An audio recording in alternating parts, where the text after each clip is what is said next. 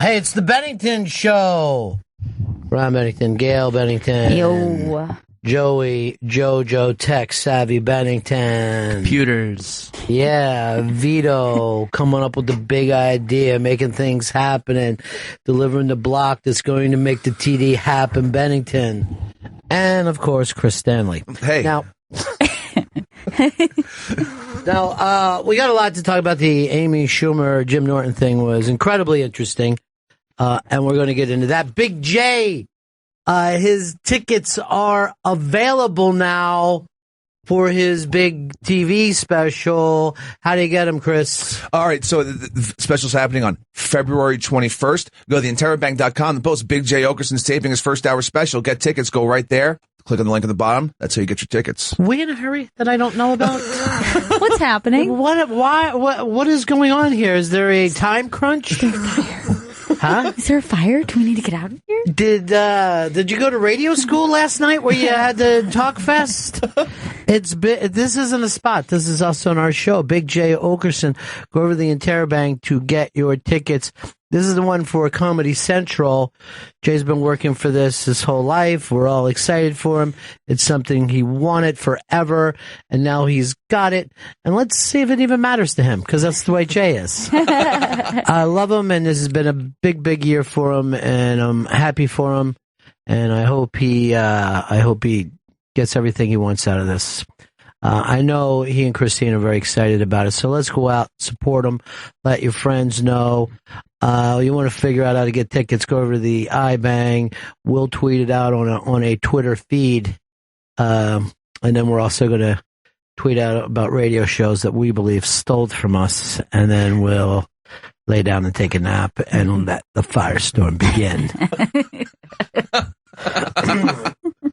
Before, I want to get to all these big stories, yet I think Gail has the best story of all about an accusation against a New York hospital that somebody, as they were unconscious, what exactly happened, Gail? So at Mount Sinai Hospital. Oh, you gave away the lead, because that's Chris Stanley's hospital. That's where Chris Stanley went.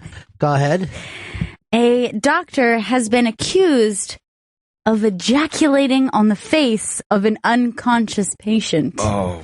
Drunk as he was, Jesus Christ. He took the full spray and laid there comfortably. It was you. I mean, when I came to in Mount Sinai Hospital, from being unconscious for hours at a time, I didn't know what was happening because I was still like fucked up, like I was still drunk. And I could have taken a load in the face. I remember seeing you that morning because you came directly from the hospital. Yeah. And I said, who's been eating potato flakes? I was crusty that morning, Ron. Yes. More crusty than usual. You did say when you came to, you were covered in bodily fluid. Did you not say that? And he also says, does it smell jizzy around here to anybody else? So you're going to look into this? Yeah, I'm going to look into it. If there's a jizz doctor in fucking Mount Sinai, I have to. What? All right. So not a doctor of jizz. He's a doctor who jizzes. This fucking doctor's going around taking advantage of passed out patients, which wouldn't matter if you were passed out or wide awake. Let's be honest. Pass me one of those small waters. That's a wada right there. And if I took this man's load, I'm getting DNA testing. I'm going to test this dude, and I want some cash from Mount Sinai. No. Have you not washed your face since then? Ew! I believe I still have the shirt somewhere, so maybe there's some jizz on there. That's maybe not mine. God. He wasn't interested in tits. He was full face sprayer. This is very unfortunate news. You know, normally when you're knocked out in the hospital, that's one of the least things that you worry about, someone jizzing in your face. Yeah, it doesn't even occur to me usually. I worry more about waking up and not having a pancreas or whatever shit they go in and try to scoop out on you. Well, we got another 8 hours. We've took your liver. Now we're trying to find one. You know, Glenn Fry, he thought, oh, my stomach hurts a little bit. I better go down to the hospital. Never got out. Oh, God. And the night before, he's like, oh, is there something with those beets that we ate yesterday? I know I had some beets. Now my stomach hurts. Some bad beets. Yeah. Well, just face, if it happened to you, he got away with it. It was the perfect crime. I'm so pissed. Perfect crime and a perfect slime. Why did I wash why didn't I just wait to wash the face? Yeah, you should get a rape kit when you woke up in the morning. Excuse me, you guys have a rape kit back there? Because I'm feeling violated. Where am I? I think anytime you're in the hospital, just demand a rape kit, just in case. I hear there's a lot of serial jizzers running around your goddamn hospital halls. Wait, he's got to just stir it up. I don't know, Chris. If anybody did get jizzed on, it's probably you. I mean, I feel like it. I mean, once on the New York subway. Or, like, would you feel even worse if you didn't get jizzed on and the guy next to you did? Oh, yeah. I'd be pissed about that, too. This doctor can't win. He jizzes on me. I'm pissed. He doesn't want to jizz on me. I'm insulted. Jizzes and piss? Is that what you said? No. Well, it starts as jizz. It ends in a piss. This would have been the first, because once I passed out in the New York subway, and when I came to, it was an empty car. It was the middle of the night. There was a man, like, standing in front of me, above me, with his hand down his pants, masturbating over my face. And then I got up and went to the next car. And I swear to God, that happened. Did any drips happen on you? I don't think so. I was pretty drunk. Pretty much the same situation. It was a train car instead of a hospital. It was a very grimy looking dude, just going at it in his pants. I didn't think it was going to be a doctor, but he was a gentleman. Yeah. Quite dapper, actually. Why does this keep happening to me? It's just that face of yours. Yeah. And they said he had a well-oiled penis. He's been on a lotion program for many years. Ooh. Yeah. They said he had a penis that looked like it belonged to a 17-year-old. God damn. How'd this dude get caught? How'd Jizz Doc get caught? Did she, like, come to and realize there's jizz load? I said it was a she. The victim is female, but I don't think it's his first time. You know, now that it's female, it seems less funny to me. Yeah, it does kind of take the when it fun happens out of to it. Chris than when it happens to a young lady. Well, it probably happened to me. I'm gonna look. I doubt it. I'm gonna call my You're lawyer. not the same as you were years ago when you got jizzed on in the subway. You're a little rough looking yourself. You're not a young buck anymore, Chris. Fuck. Dead sperm on my dirty chin, a Chris Stanley story. Oh. Boy, you know what? We should have been nicer to the White Stripes. That was a hell of a band. I know. They were so good. I remember when I heard that song, I go, oh, what's he doing? A song from 1910 or something? Did not seem like somebody would have written that song after the millennium. I like look back, they go, how old is this? Is this like a Civil War song? It's a cover. Yeah. Of an old Civil War tune. It seemed like it. David in Tennessee. Don't you find it just a little bit odd that after Chris sees the jizz doctor, he starts slurping up points? That is fucking true, dude. Is there just semen on my mind? Is that what's happened? It's in your mind. There is semen on my mind. I'll tell you one thing. I love those points this weekend. No! 844 Rock God, 844 Rock God. So you're taking both, In my heart of hearts. Yeah. Because look, the Panthers Arizona game, in my mind, that's a fucking pick'em. And Arizona's going to win. So I get +3 and I get to fucking bet basically what I think's going to happen. Yeah. Give me them fucking points. Yum, yum, give me some. This is fucking lockdown for the Panthers, for the Arizona Cardinals. Why do you sound like a young, strange gay boy that bets? All right, so you're taking the Cardinals. Cardinals +3 all day. But I kind of like that bet, tell you the truth. Right? It's good. But only out of my own prejudice that I hate the Panthers and the way they act. Bruce Arians is going to run train on the fucking Panthers. Cam Newton's going to be used up by the end of that goddamn thing. I hope you're right. I'll say this about Cam Newton. No one looks slower running with the ball than he does. He lumbers. He's a giant man. He's fucking I know, huge. but you look around. Oh, he's so great running, and every time I see him, it looks like it's so hard for him to get going. You know, it's like when the Tin Man starts to run, and he's just sliding from one side to the other. All right, and then you're taking your Tom Brady that you love. Because the Broncos are +3 at home. They're a home dog. They're a goddamn home dog. That surprises me. I thought who's ever, Brady plays a lot better at home than he does on the road. Exactly. So give me Pay Manning. chicken parm, man, and the Brock Lobster are going to fucking take it home. Here's the problem with that. If fucking Manning makes it to the Super Bowl, his last game, out of a career of me rooting against him, I got to root for the fucker now.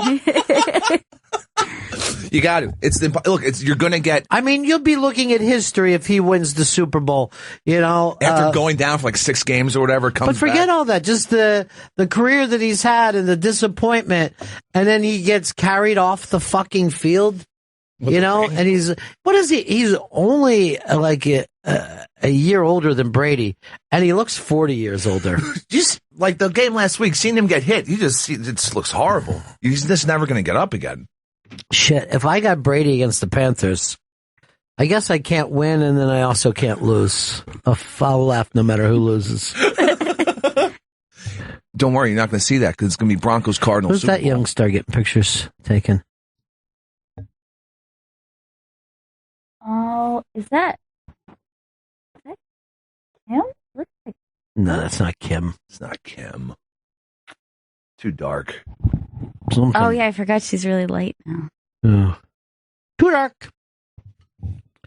Joey, what's your betting? What are you thinking? I think Carolina's going to beat the Cardinals.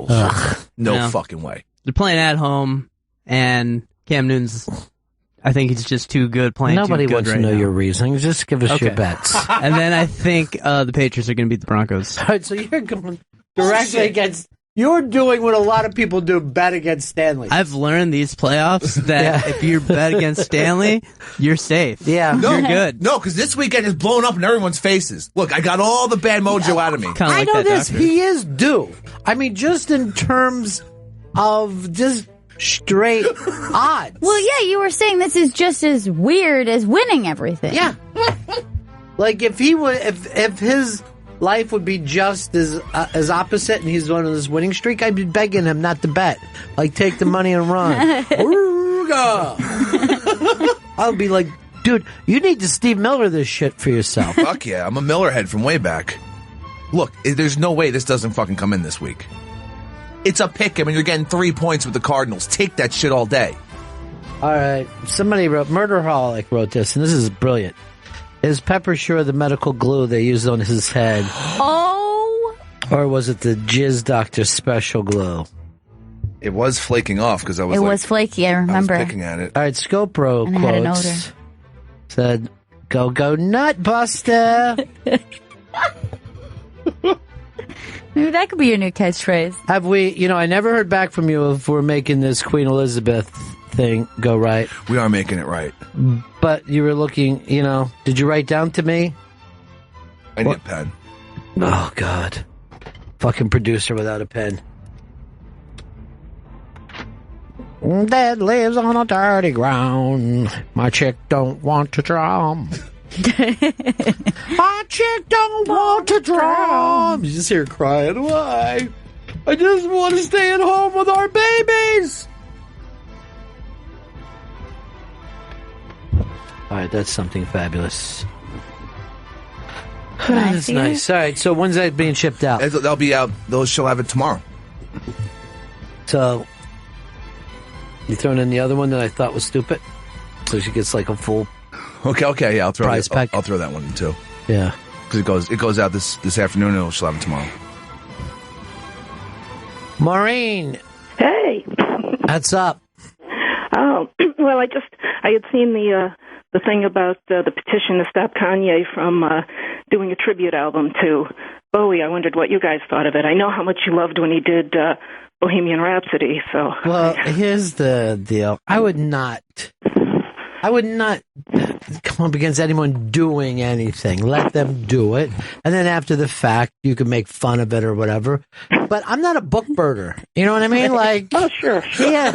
I get really weirded out when the audience decides who gets to do what. It's still art, even if it stinks. Did you say it's still fart, even if it stinks? Because that's so That makes true. sense, too. It applies. Yeah. It applies to both. Yeah. I wonder if that jizz doctor farted in Chris's face. Oh, my God, probably. If you're going to jizz, might as well fart. I'm ready to believe anything happened to him. Oh, you don't think? Maureen, there's a piece up on the iBank today that everybody sent me this morning, but it also has to do with our own Kathleen from the Bronx, who still hasn't gotten over living in a Bowie-less world. But Bowie did impressions of all these other singers while he was doing absolute beginners. He was just fucking around in the studio. And his Springsteen is kind of funny, and it's all up on the iBank if you want to see it exactly. Oh, I definitely want to see it. Yeah, I mean, I want to tell people to go there, but not as fast as Chris does. Yeah, he's really speedy with Are you it. excited about the Big J thing now? I'm super excited about it, and I'm excited for him. I'm still high on our Thanksgiving party, and I keep thinking, wouldn't it be nice to have corned beef and cabbage at the Hard Rock with St. Patty's Day? You know, I could start making soda bread right now. You know, I got to tell you, I'm not the biggest corned beef and cabbage guy. I do like a soda bread, though. Oh yeah, soda bread. I make a pretty mean soda bread. We could just do, What I do, I have a soda bread with a nice glass of soda next to it. Oh, that's perfect. Yeah. Maureen, we should do something soon. Well, you know, I'm doing something, and luckily none of my team was invited, but I was. That's true. And that's with Voss and Bonnie. They've asked me once again to save their marriage. Oh, perfect. Yeah. I hope you can help. I think the best thing to do is a half of an open marriage where Bonnie gets to go off and do anything she wants. That seems fair. It's the My Wife Hates Me Valentine's Day special. It's hosted by Ron Bennington and featuring special guests. Let me at the Village Underground, February 9th. So you can check in with comedyseller.com for tickets. The last time I worked with them, it was one of the funnest times I ever had. You didn't come to that show, did you, Gail? No, I didn't. You refused to come to a show unless you're getting paid for it. Well, no, it's not true. No, you know what? Chip off the old block. That's what I like to say. When people go, would you like to come to the show? I always go, am I in it? Where's my paper? Where my coins? I don't go to shows. I'm in shows. That's my thing. I am the show. I'm also concerned if you guys are getting your mail or not. I had heard you tell a comedian that you didn't get her Christmas card, and I know I sent a Christmas card. Oh, and God. I'm concerned if I send treats, you'll never get them. I'm hoping that you're getting your mail, but... who's in charge of mail now? Is it you? I am, yes. Joe, I want you to stay on those people on an almost constant basis. Okay. And here's another thing I figured out with Chris. When I have a conversation with Chris and I hand him assignments, I need another person with him standing next to him so he won't forget. Because we had stuff coming up that was very important. Don was here, and Chris waited until Don left before he told me, oh, I never told Don about that. And I'm just like, well, no, I actually had to ask him. I said, what did Don say about that assignment? He goes like this, I'm an asshole, I forgot. And I'm like, this happens on almost a daily basis. So we got to always assign somebody with Chris when he has something to do, just to remind him. Yeah, buddy system on every task. A Chris Braden, it could be called.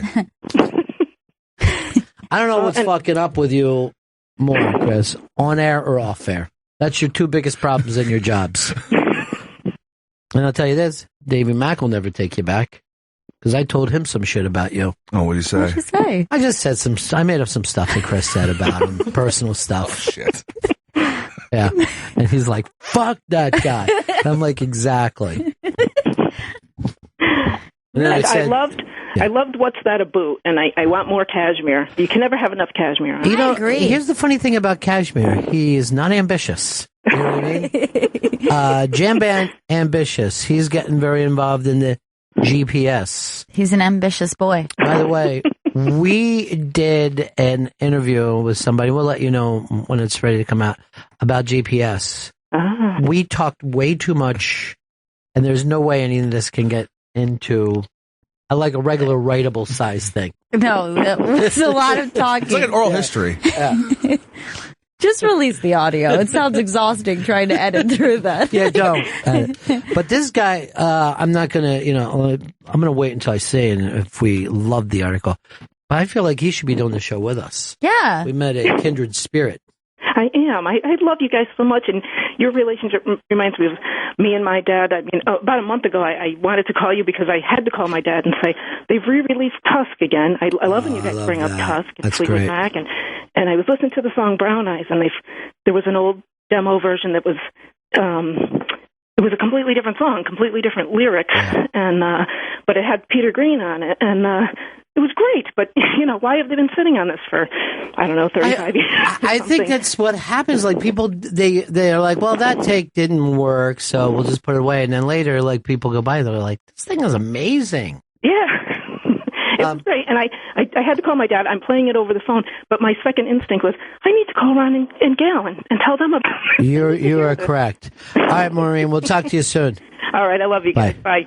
It's always interesting because people, whatever the dynamic is, it reminds them of their own family. And Chris, you always say, like, when you hear it talking about music, it reminds you of you and your dad talking about the Moody Blues. All the time. Man just loved the Moody Blues. It was the only thing that he liked, right? Really? Yeah. I always find that interesting when somebody is just into one band. They're like, this is the one thing I'm into. I know a lot of people like that, too. Yeah. They're, like, fucking crazy.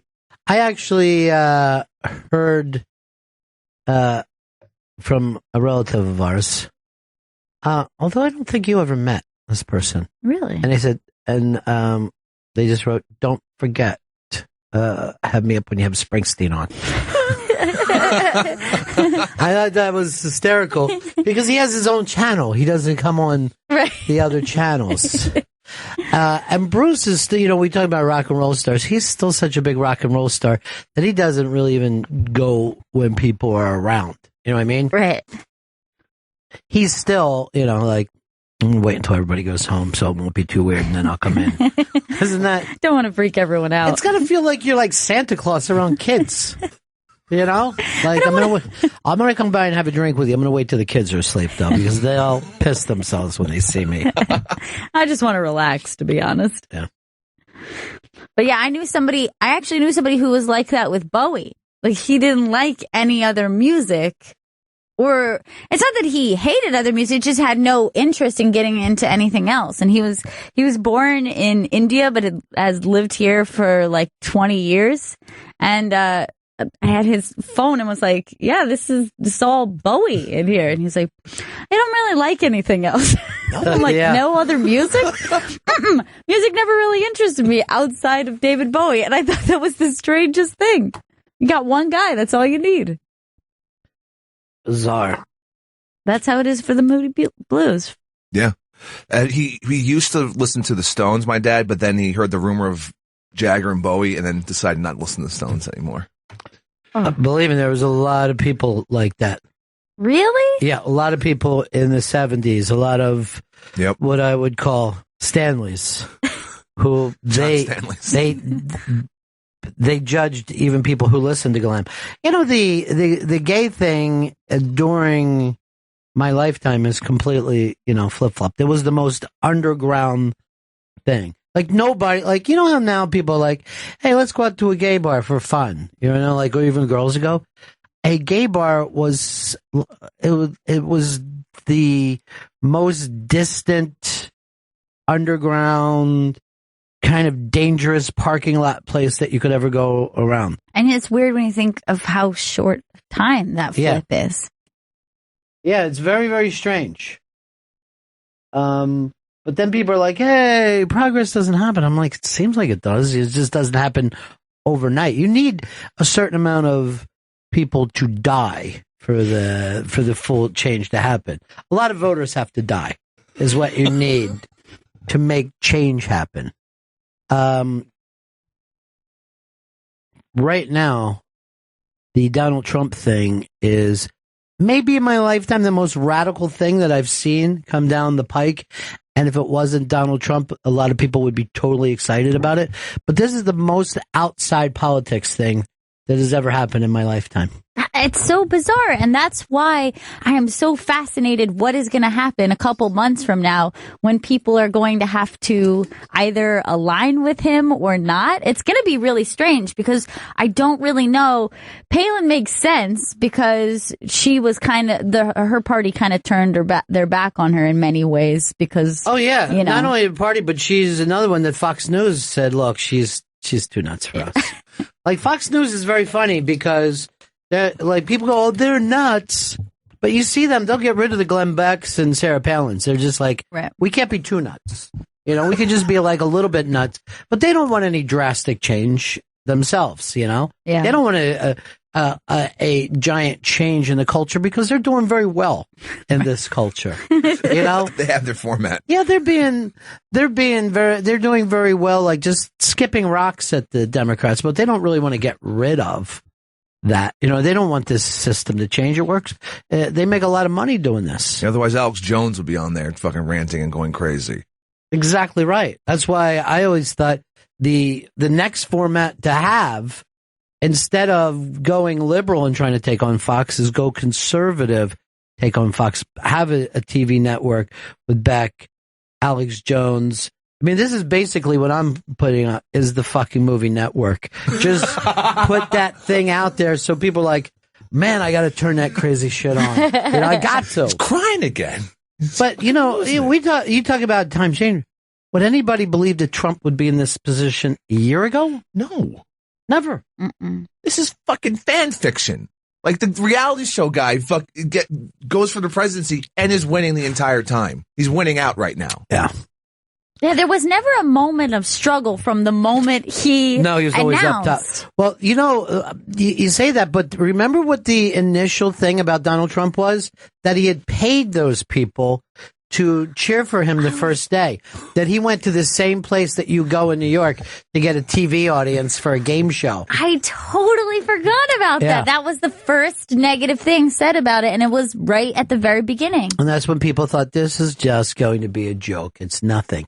And it just, I watched his speech the other day, and it was just so great because he was like this, please, I'm going to be the best thing that ever happened to black people. They're not going to believe how happy they're going to be. I'm going to be the greatest person ever for Mexican Americans. I can't even begin to tell you how great the country's going to be when I get going. He just says these things without explaining. People are like, and people are just like, wait, he's going to be good for us too? Oh, I thought he was against us. He's good for us. You're good for me!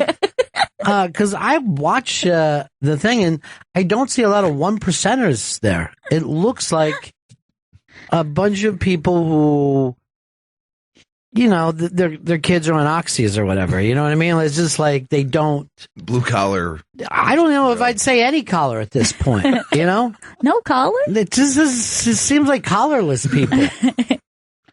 But Sarah wasn't doing a one-day thing either. She's out on the road. They're looking to slam dunk this thing, you know? They're looking to take this down hard. Very, very interesting. Yeah, I'm surprised that it wasn't just a one-time endorsement. Now, here's the other thing about Sarah Palin. While she's doing this, her kid is busted for domestic violence or whatever you would call it. So apparently he had some kind of dust-up with his chick. Some people say a punch. The police show up. He has an AR-15. Is that what he had? Is that the gun? I don't know. Yeah. So there was a momentary, you know, is this going to be a standoff? And then it went okay. Sarah doesn't go flying back home to, you know, what are we going to do here? She says, look, the kid's a vet. He's had problems. Thanks, Obama, for taking such good care of our vet. Her kid being in this dust-up is fucking Barack Obama's fault. That's magic. And no one is saying, oh, my God, how good. They're saying, yeah, well, you know, vets. She's making a lot of points. Yeah. She makes great points. She makes great points. She makes great points. But I don't know why, you know, when the vet has a problem like this, I never know why the solution is maybe we need to stop sending those guys over there. Maybe it's not good for people to go over there, be in this shit, come back, and then, you know, when they look at their wife, they're still pissed off about stuff they've seen. Here is John, Illinois. Hey, John. Hello? Yeah, buddy, what's up? I was just calling to say I'm not really like a Donald Trump supporter or a big, Republican or Democrat. All right, I'm sorry that I said you were, John. I didn't mean to. I didn't mean to imply that. It's all right. Okay. But what I'm getting at is, don't you think that Donald Trump is actually just portraying this character or personality that gets, like, radical people on his side and not necessarily that that's actually the kind of president that he's going to be? No one knows. I've heard from a lot of people who said that they've met Donald Trump over the years and that he is a good dude when you talk to him. Right. He's not the guy who's in, the media. I mean, I imagine, first of all, he's a salesman. First and foremost, he believes in points and winning, whatever has to happen. I couldn't begin to understand what kind of president he will be. Well, portraying a character is also what Obama did. It's very similar to what any politician did. Obama's very different if you think about the guy he was in the White House, at least by personality, than he was when he was campaigning. It was almost like you got to meet an entirely different person. Exactly, but Trump's coming out and saying, I'm going to say Merry Christmas and all these things, and he's got a very good team working for him, telling him, be this, do this, and you will have these supporters, because he makes me nervous if he would ever meet with like a foreign dictator or something like that, and if he's as crass as he is with the media, I'm worried that he could actually upset like a foreign nation or something like that. But I mean, to me, he's playing a character kind of like he did on The Apprentice, and that's how he's doing it to get support. And it's... the guy is, and this is not insulting, and he would not take it insulting. He's he's P.T. Barnum. You know what I mean? He's going to get everybody to show up and fill up the big tent. And I've never seen anybody use numbers from the podium. I'd never heard any politician say, look, I got 33%, he's got 14%, and those other 5 bums are splitting up 7% between them. I don't even know why they're in the race. I mean, it's amazing. It's amazing. Mitch Jacobson just texted me and said, could Esther Koo do the show Monday or Tuesday? I know that Esther checked in, but you didn't check back with her? I emailed her. Oh, God. The email's got to go away. Okay. Vito and, pull in all my producers. Vito and Joe. Look, the email that we send out an email and then we wait for a response, it has to stop in this business. Because I was around before emails, and if my producer would have said, I sent a letter out to Esther Koo and we'll see what happens, why not pick up the fucking phone and call? Okay? Let's call people. A lot of people don't check their emails all the time. She's using everybody else but her when I said, yeah, of course she could do the show. She was in one of the funnest shows I've ever done in my life. Doug Loves Movies. He sat next to her. Still don't understand the game? Won it somehow? And she went in a totally opposite way of what a person should do when they're in a game, and was amazing. It was great. It was hard to tell. I thought one of you was going to win. Did you? I thought Jimmy was he had used I'm just going to not be crazy up here like everybody else seems to be. And Sam was just like, make sure you listen to my show every night, 9:00 on Sirius XM. Here is all right, I heard about Johnny on the hotline. This could only be important business. Johnny Bennington's Jizzface, what's going on? What's up, Johnny? My name isn't Jizzface. Oh, that's just something that happened to me. His name's not Jizzface. His name is Lisa. It's not your name. It's just a nickname, Chris. Yeah, You're it's a nickname. confused. It's a moniker. Did I hear Jizzface pick the Broncos to win? Yeah.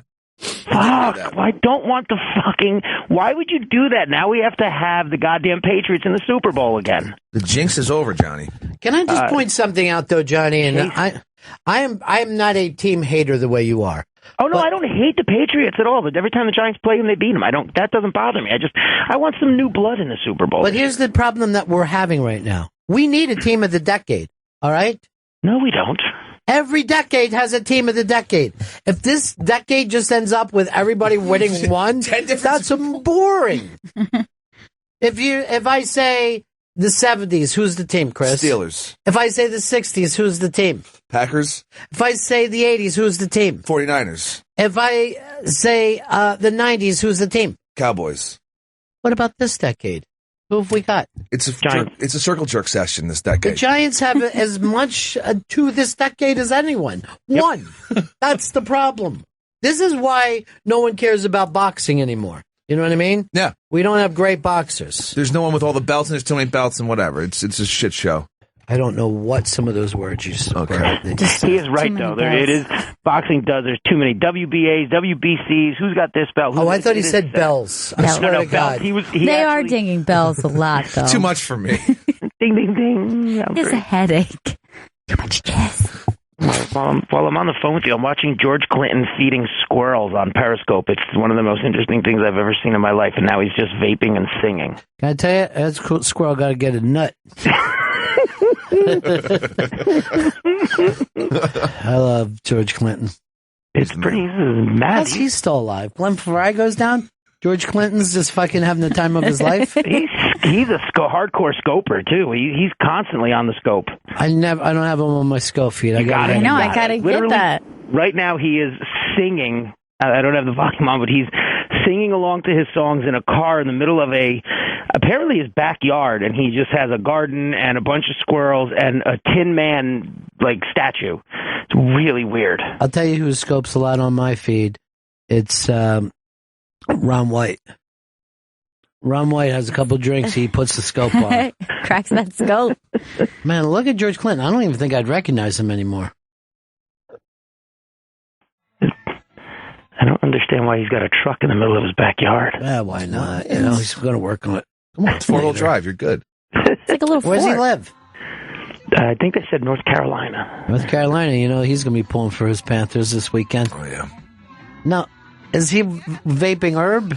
Do you have to ask that? Yeah, I want to, because I thought he did away with everything.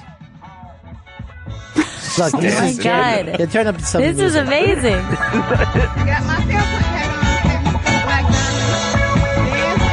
Hey, let's send our viewers over there from the iBank so people can see. You know how to do that?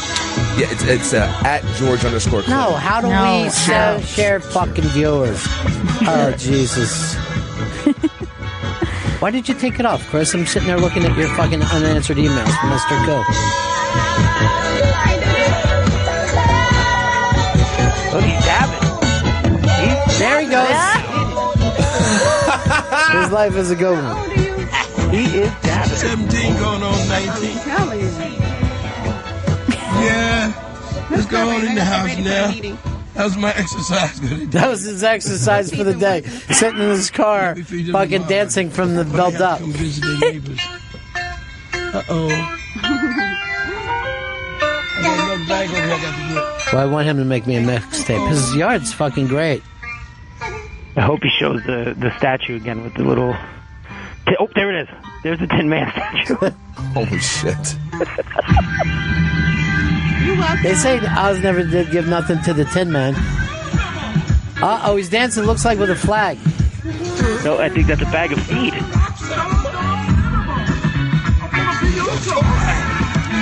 Chris, don't do it. Okay. You did it from yours or from the iBank? From the iBank. Okay. The numbers are popping up now. Yeah, of course. There it goes. Scope Bros jumping on. Oh, I gotta sit down and get tired. Is it too loud for you? No. Let's do this.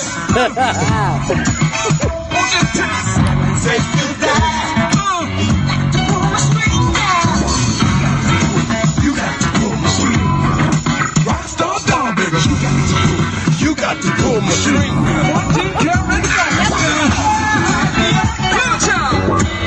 That's amazing, man. Wherever he's at, it's a P-Funk show. Sitting in his car is as good as a P-Funk show. You know what I'm talking about? No, this ain't no bullshit. How funky you sing? Lend me your funky ear. Just put me on your credit charge, and at no extra expense, come He's the man. control you. Yeah, he is. Oh yeah, I'm programmable. Oh, baby mama. Where'd you record this? Where'd you record it? Made by the makers of funky things to play with. Trademark United Sound. Sing, I'll play for you. Wind it up, I'll dance, I'll sing, I'll play for you. Let me be your superhero, baby. Glasses are badass. Yeah, everything about him is badass.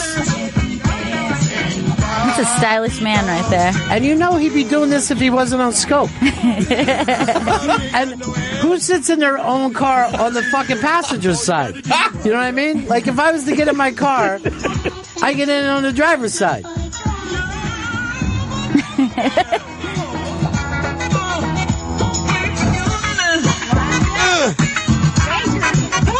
Yeah.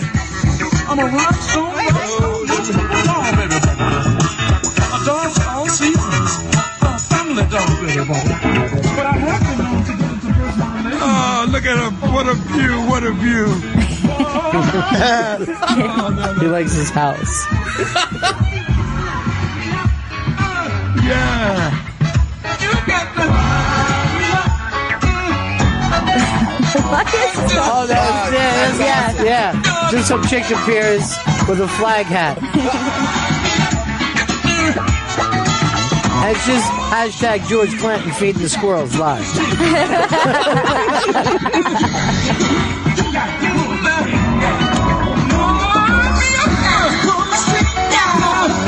And now he's just got it up above his head. Like, that's a great shot. Can you take it?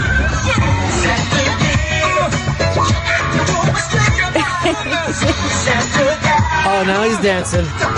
Oh, he just used his hand to turn his head. Let's get inside now. See y'all later. I'm signing off until this evening sometime.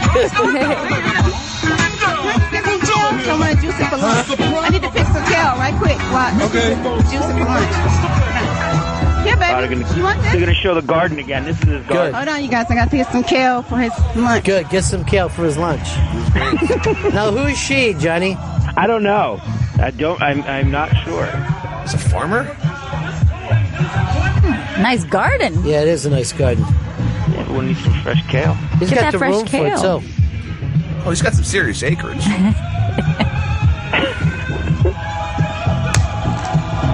That's why he looks so good. He gets to eat fresh kale for lunch. Look at that. Yeah.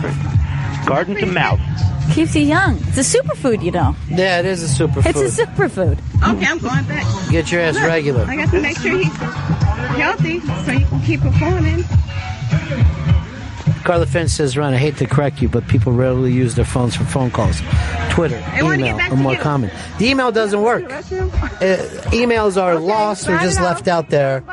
But somebody will feel like they've sent an email and they've done their job. That's what drives me crazy in this business. Well, I sent an email a week ago. That's failure. That's not success.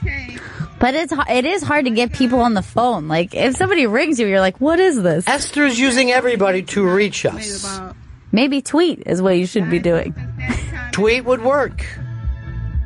She actually called me and asked if I can talk to Chris about it. Really? Oh, my God. I don't even know her. It's the weird part. I guess she listens to her. Called the Hard Rock. She called the Hard Rock. Yes. You know, Chris. Everywhere. First you called the Hard Rock in Cleveland. Can I speak to Hard Rock Johnny? I know I made that mistake when I first arrived at the Hard Rock. Dude, we've all done that. I was like, yeah, I'm looking for Johnny, and they're like, which Johnny? And I'm like, Well, your job, Johnny. They knew though. They found me. Like, there's this girl looking for you. Johnny, you've turned us on some good things. Oh, there's the robot and all the weird. It's a Tin Man right there. Yeah. He has a pretty funky life. I like he does. it. He has a funky life. During the shows, like you'll be side stage during a P-Funk show. They'll just turn it on, and you're just watching a P-Funk show. But that's the beauty of it. Is like his life is a P-Funk show. Him going out to feed the squirrels turns into this jam session. Yeah, no, he's one of my favorites to watch on this thing. And he loves life. That's the type of person that loves life. You know what I mean? He loves it. That's why he looks so good. He loves life. He eats fresh kale. What else he got? The best. Doing them dabs. He was dabbing. Showing his support for his team. Johnny, are you still into your marijuana thing the way you were before? No, it's been a long time. What happened to you? Get a little stupid on it? Yeah, I don't know. My brain hurt. Ricky Williams, Chris, you follow him, right? Yeah, I follow him, yeah. And he's always, like, his shit is 90% him in college, 10% weed. Exactly. And then he just tweeted out, there was a report that said, weed doesn't make you stupid. And then he retweeted that. It's like, see? It's a fact. But you're not stupid, Ricky. You're crazy. Like, watching his 30 for 30 made you... Did you see his 30 for 30? Yeah, of course. It's like, this guy should have been playing football. First of all, I didn't even need his 30 for 30. I watched it happen in real time. He went from being an unstoppable college presence to a guy who wore his helmet to fucking interviews. He got weird. All right. Send me Vito in. Because I am dealing with two vice presidents about a problem that happened here. Vito, come on in and grab a mic. I'm going to start this. You know what? I'm going to play good cop, bad cop, both. First of all, Vito, I'm going to say, do you want to keep your position here at SiriusXM? Yes. Then I need you to be 100% truthful to me about everything. All right? Oh, boy. Yeah. Do you understand anything besides 100% truthfulness is trouble for you? Well, get ready. What happened with Chris Stanley in our lobby yesterday that I have 4 vice presidents talking to me about? What's going on? So I'm upstairs and get a little text, hey, need somebody to come down with an ID. And Joe doesn't even say anything. Joe just goes, Vito will do it. And I was like, well, I guess I have to go do it now. So I go downstairs with Joe's ID because Chris doesn't have one.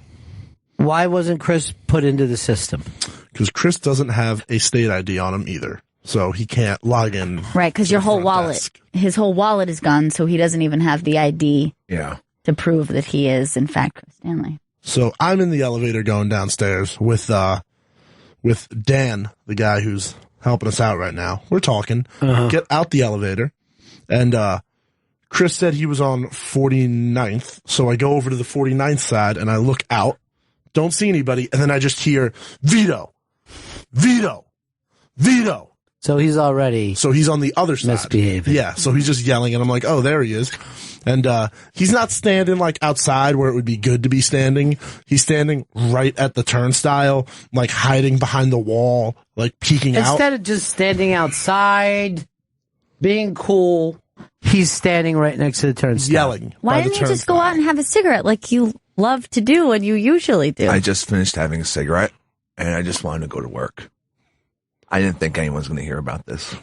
Go ahead. So I go, oh, okay, see you, Dan. I'm going to go give him his card. Walk over. As I walk over, Sam Roberts comes out, goes over to say hi to Chris. Chris doesn't even respond to him. Ignores, walks in.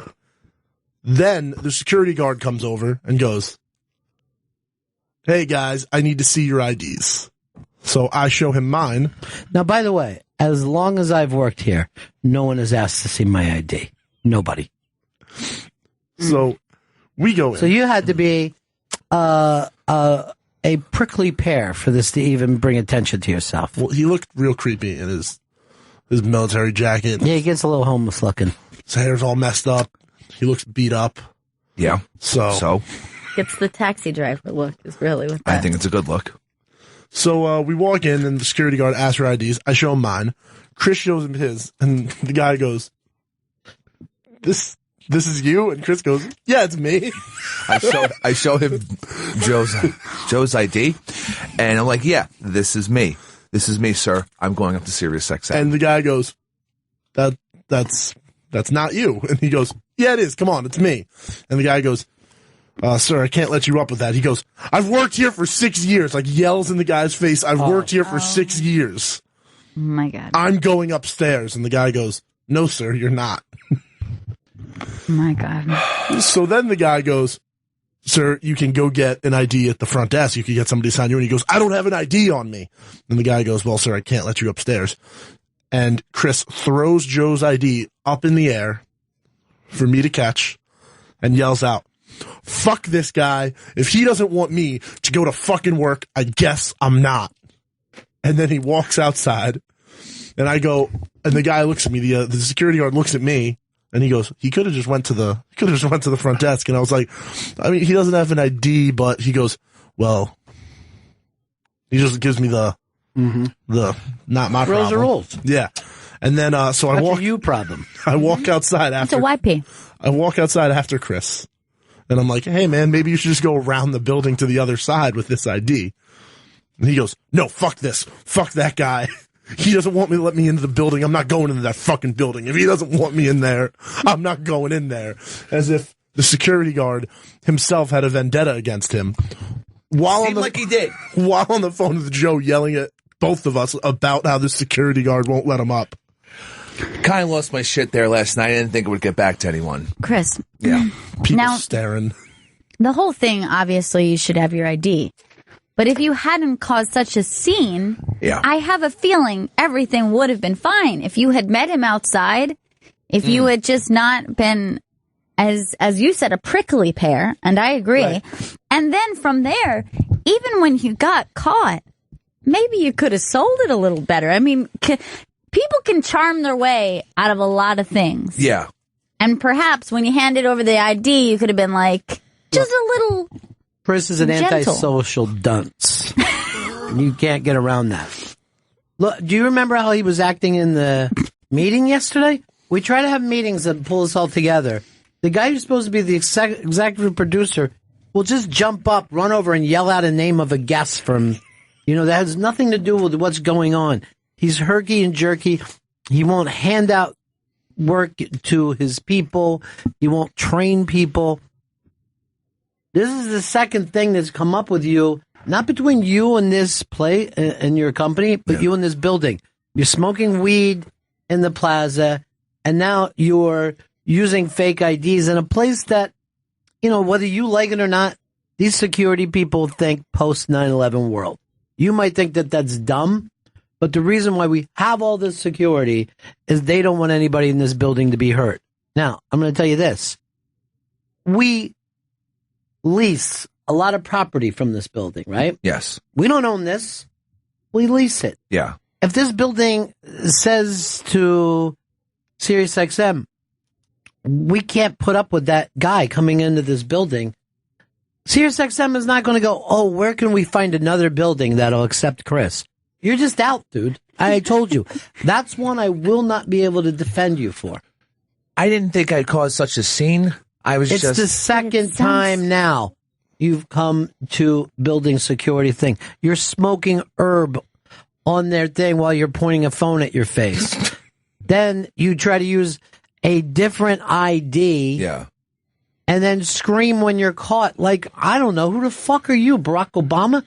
There are rules to this building that all of us have to follow.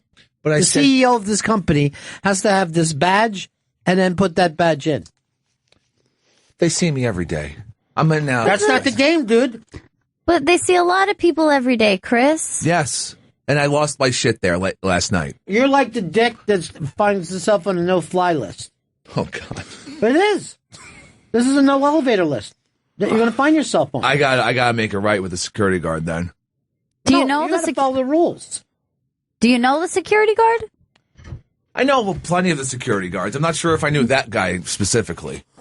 I just wanted to come upstairs to do my job. That's all. And when they told me I wasn't able to do that, I flew off the handle. Look, I understand that, but you didn't go to them and explain your problem. Yeah. That you were fucking all your stuff in mess. You used a fellow employees, and by the way, Joe could be in fucking trouble for this. Joe could be out. So I ended up getting 2 great employees. And losing 2 shitty employees, getting 2 great new employees. But why, when you're in the wrong, do you yell at anyone? You're in the wrong. Yes, I know. I know I was at the time. I didn't think I was in the wrong because. How are you not in the wrong? Because you were fucking using somebody else's security badge to full security. Yes. But I figured because I'm a Sirius XM employee, I could just come upstairs. But maybe, yeah, that's what they do here. They go, oh, don't bother with your badges. We see you all the time. They want to our own place wants to track us coming in and out of here. I know. They are fucking serious about security. Right now, you're a security risk. Everybody was staring at you. Of course. Everybody in the elevator bank just waiting to go upstairs. The random people just outside at the Vito, let me angry just say man. this. You ratted out perfectly. You're in zero trouble. Yeah. Thank you for that. That's my job. Good job, Vito. Yes. You put your job first. Rat. Yeah. You put your job first. Well, this fucker didn't. I thought I was putting my job first. But Chris, maybe there could have been a way that you could have explained. I had my wallet lost, and I told the man. No, I'm saying, but beforehand, maybe you could have alerted the front desk the day that it happens in the morning. Say, what can we do to get me upstairs? Can I get a special voucher from security until I can get my badge? Maybe. How'd you get in today? Use someone else's badge. When can you get a new ID? It's getting made. I don't know, sometime this week. And it's Thursday. You're a fucking drunk wreck. I was sober last night. Were you sober when you lost your badge? No. You also shouldn't have giggled like a schoolgirl when the guy asked you if you were Joe. And that's just weird. The guy said, "Is this you?" And he was like, "Yeah." I'm crazy. I don't remember that fucking happening. Yeah, it's me. What the fuck is wrong with me? Let me point out something to you, Chris. Yeah. There's 70 million Americans that are going to brace themselves anywhere between 15 inches and 30 inches of snow this weekend. We don't need to be fucking around with you and your shitty badges, okay? We're setting up a secure perimeter if this whole building has to be fucking shut down. This is, to me, this is the fucking Nakatomi building, and you're diehard if somehow fucking Chris Farley got the job as John McClane. You're a fucking nut. Now, here's the stuff that happened with before. I can fucking, I go to bat for anybody anytime I can. But where Davy Mac, why he can't come into this building is because he got put on a security fucking risk thing, right? Mm-hmm. Over a couple of texts that, he was explaining to people what he would do to them if he ever saw them again. He wasn't going to do that. That was the booze hound, okay? Couldn't put his booze down, That was the booze talking. But when you get on that fucking list, I can't get you back in. Some people are on that list for nothing. One guy is on the list for being untruthful with HR about what college he went to. And it got to them that he's on a security risk. So I can't even have him come up and watch Unmasked anymore. Right? No. Chris did everything wrong and is still doing it wrong as we sit here. And when those people get a fucking hold of you, it's the same as the no-fly list. There's no getting you off of it. I got to, I will call down to the security today and make sure nothing weird happens tomorrow or this evening. If they find out that you're up here now and they're going to go, well, how are you calling me? You're not in the building. Oh, I didn't think of that. That's what I need you to do is start thinking. What you need to do at 3:00 is get your ass out of here go home, fucking figure out how to get your... Because I know you don't even have a driver's license, right? What do you use? Learner's permit. But you can't go get a new learner's permit now. I think you can order one online. You can. I lost my my driver's license not long ago, and I think you can just order it. But I'm not sure if it's expired, if you're going to be able to get it. Learner's permit 5 years ago. Shit, you should get a passport card like me. Oh, motherfucker! I do have a passport. I'm a moron. Yeah, you could use your passport, Chris. You didn't know that was identification? Oh, you mean you took that to Canada instead of screaming at them and telling them that you were an 18-year-old black girl? I work for Sirius XM. First of all, you could be fired for just saying you work. Because that's a lie. I never thought of getting the passport. Forgot that was a legal fucking ID. It's the most legal ID. Just helps you go to different countries. That's what I always use it for. And buildings. The funniest part is when Chris was talking to me on the phone, he was yelling. He was going, "Fuck this! I can't even get upstairs!" And I'm like, well, he's like, "I'm going home." I'm like, "Chris, do you want your jacket?" He's like, Yeah, that'd actually be really nice. That'd actually be really kind if you could bring it down. Just a complete 180. See, your kindness melted his ice heart. His ice heart. Here in January. I had to bring him back down the jacket, and I get outside, and he's just standing creepily outside the glass door, smoking a cigarette, staring in. Just like right out the turn. By the way, not only did you not get any work done yesterday, now the rest of my staff doesn't get any work done. I don't want to be a distraction. I just want to have an ID, and I will have one tomorrow morning. Jay, what's up, buddy? Hey, you hear me okay? Yeah. Yeah, okay. I hate to jump on the train here and bash on Chris, but I just went on Esther Q's Instagram, and she posted a picture about, 49 minutes ago. I messaged underneath the picture, "Hey, at Bennington Show is trying to get a hold of you. Check your email." She just got back to me and said, "Hey, that's awesome. Thanks." So see, I'll be getting a hold of you guys soon now. Good. We're gonna You're make getting a producer credit. I know that much. It's going to take a week because it ain't going to be you, is it? I got fucking listeners. By the way, not unlike George Clinton, Esther just will turn on her thing and dance for hours at a time. And she doesn't do a rump shake, but we'll do a lot of cunny shaking where she just sits and pops it. Yeah, she pops her coochie, I guess. Yeah. I don't know. I didn't know that term. Just was wag that hoo-ha. Pop the coochie. Pop the coochie. There's Rand Paul trying to figure out what's wrong with him and himself and why nobody likes him. And his dad said yesterday when asked, he goes, "Oh, I think Donald Trump's going to win this thing." His son's running. That's horrible. Yeah. Can't even lie, Dad. It'd be like Archie Manning going, "Oh, there's no way Peyton can win this thing." It's all Tom Brady. Brady's going to kill him. Brady's so good. Can't even begin to tell you. And that thin air is going to throw it up. Boy, I saw Archie the other day, and I'm telling you, it's hard for me to see something like this, but he looks as old as Peyton these days. I mean, he doesn't look like he has much left. I like the other brother that looks like a hybrid. Yeah, that guy, the funny brother. Yeah, he looks like a hybrid of Eli and Peyton. I don't think I've ever seen the other brother. Is he? He does one of the pregame shows where he goes around and he acts, because he had something like scoliosis or something where he couldn't play, but he was like great when he was younger, and now he just goes around as the funny one, you know, like, "Hey, look at me, I got a crazy hat on." It's just like, "Oh, sorry about your spine, buddy." Tim in Iowa. Yes.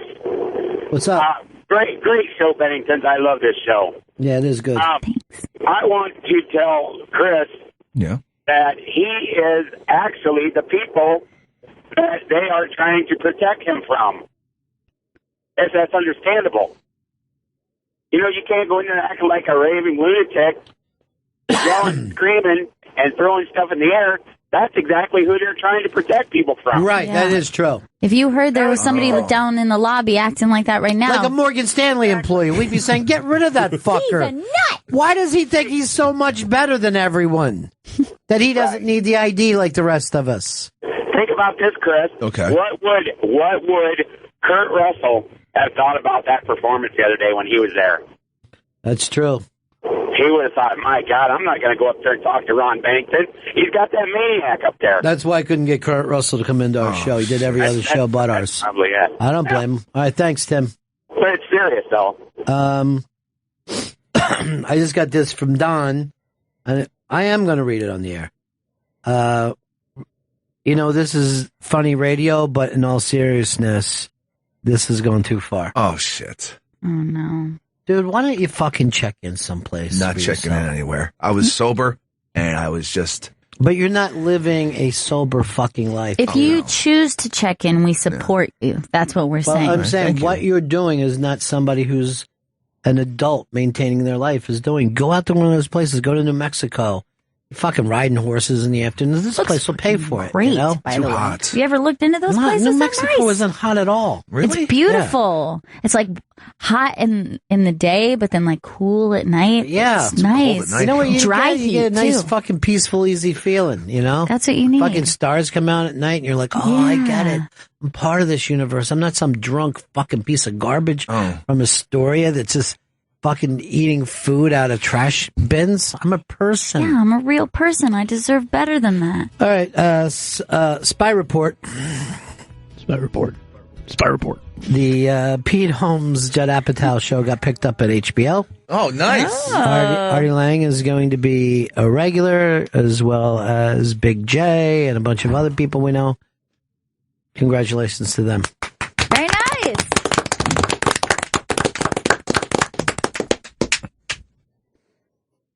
I love it.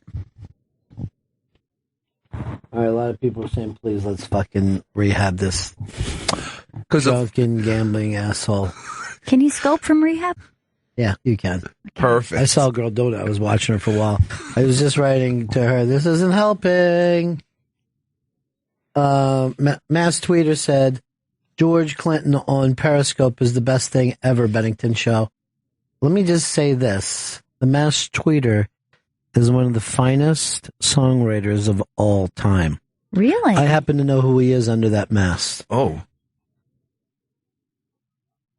He also has a voice, I didn't realize at the time, sounds exactly like Kurt Cobain's, his singing voice. Really? Yeah. That's a good voice to have, too. It's unbelievable.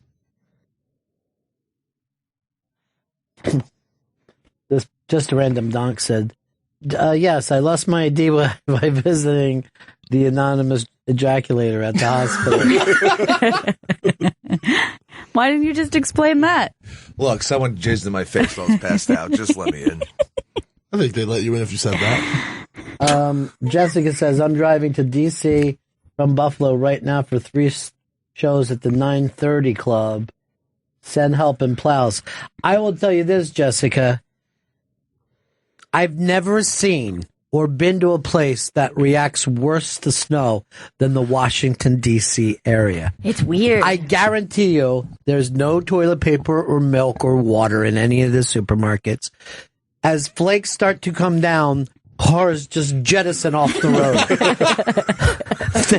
They act like it's snowing lava. And you'll just see people fucking screaming, it's fucking snowing! They will take off a month because of this snow. Oh, yeah. Schools close for an inch of snow. They close if the weatherman thinks there could be flurries. And they're like, you'll see the local news, they're like, it's really best. We don't want our children stuck at school. Get a fucking plow out. So, whatever show, Jessica, you think you're driving to is already canceled. They got to keep it together out there. They just can't. They don't know how to handle it. But it's every year, though. It isn't every year. Not It doesn't for them. snow. You basically are in a different weather pattern in New York than you're in D.C. Yeah. You're much, I mean, it's not the South, but it's kind of the beginnings of the South. So you certainly don't get the same frigid, long-lasting temperatures that you can get in the North. But for a guy who grew up with snow, and a lot of people come from all over, but if you took a guy like Joey Jojo and put him there, he would be just baffled. But I also think this. I notice people in Florida can't drive in the rain. If it rains, they just hydroplane off the roads. And you'd think they'd be used to it. It rains every day at 3 o'clock. Every day at 3 o'clock, there's a million fucking accidents. They think they're driving on a fucking water slide. You just see people, oh my God! The fucking streets are wet! You just watch cars just spinning. Like, pump the brakes, dude. This has been done before. People do this. Happened yesterday. I like that blizzard last year where we all had to get real ready. You love to be stronger than the storm? I love blizzard prep. I like going to the supermarket. What? You know what? He's young. Spending a few hundred on groceries. And being like, yeah, I totally think we need more cheese right now. Yeah, that's what everyone does. They're like, I got a lot of chocolate-covered peanuts. It's going to be so good. What are your storm treats that you got? We need a lot of cheese right now. Like, I don't know. I don't think you guys are taking me seriously on this cheese thing. Listen to this. The worst thing of all is Chris doesn't think he did anything wrong or is sorry. It will just come down on him one day. Look, I don't want to yell at people. I don't want to yell at the security guard guy. I went off the handle a little bit. A lot of people are also, why didn't you scope his fucking meltdown? A lot of people say it. Come on, man. I was scared of the yelling angry guy. That's the one person you want on fucking Periscope. All right, Logan Field says, all right, Chris, if you won't go in to rehab, would you spend a couple weeks at the Marlboro Ranch for some R&R? Oh, hell yeah. I'd be willing. Ranch, yeah. And not only, look, I'd be willing to send you anywhere for a month. Anywhere, huh? I want to get him away from his bad friends. Because if you watch his Periscopes when he's drunk, he's the butt of the jokes with his friends. He's the dick of the group. And we don't treat you like that. No. We treat you respectful. Yeah. We treat you like a guy who used to work here. Used to? Dude, I don't even know if I can fucking handle this one. I don't know if I can fucking save you this time. I'm freaked out. Because this isn't like the usual shit of, hey, Chris doesn't return phone calls. Chris doesn't do his work. Yeah. Chris doesn't answer. Here's some of the things. If it comes up like one of those, racist things that you have to sign up for and take. Yeah, like a course on. He won't do those. That's the kind of shit that can get you fired. Fucking with security downstairs in a post 9/11. It has nothing even to do with job performance. Yeah. If security goes, this guy is a security risk. This company isn't going to fucking move to another place. They're not going to move to Brooklyn with the fucking hipsters. I wish they would, though. My commute would be so good. Oh, that'd be so cool. I would move to Brooklyn in a heartbeat. It would be so great. Over there. Just the amount of sky you guys have. It just seems beautiful. I love the country. I love just being out there. I saw a dog that wasn't even on a leash. Just a dog just running around. Yeah, roaming free. Roman Reigns. Who's going to win this week? This Sunday, I think it's going to be Brock Lesnar. Do you think or do you know? Because a lot of people are gambling on this. I don't read spoilers because I'm a real fan. So I'm guessing it's going to be big boy Brock Lesnar. My boy. All right, a couple years ago, the child wrote a book about going to heaven and coming back. The child just admitted that they lied. That is a bad child. That's as naughty as it gets. The fucking kid said in his statement, I did not die. I did not go to heaven. I said I went to heaven because I thought it would get me attention. Well, good. It did. I like you now better than ever. I'll say this to this little kid. You won't get to heaven, but you will get to hell. And you'll burn. No one writes one of those books. I died and went to hell. Fucking blue. I got him back here. Or thank the devil, I guess. Oh, my God, Chris. Who yells that out? And then he said, I had never read the Bible. He's also in his statement. Oh, we don't begrudge you for that, son. But also his dad wrote with him. Oh, yeah. And, like, if my kid said, I went to heaven, saw these things, I'd be like, I know you did, buddy. You know what I mean? But I wouldn't think, let's get it out there for everybody to hear. Yeah, maybe, book agent. maybe like later on you might tell like a cousin, like a neighbor if you're close. Right. You're like, he says he had this experience. And you're like, wow. And then you're like, I'm going to think about that. Look, Gail will back me up on this one for once. But we have a lot of relatives who claim they saw UFOs, and we ain't writing books about it.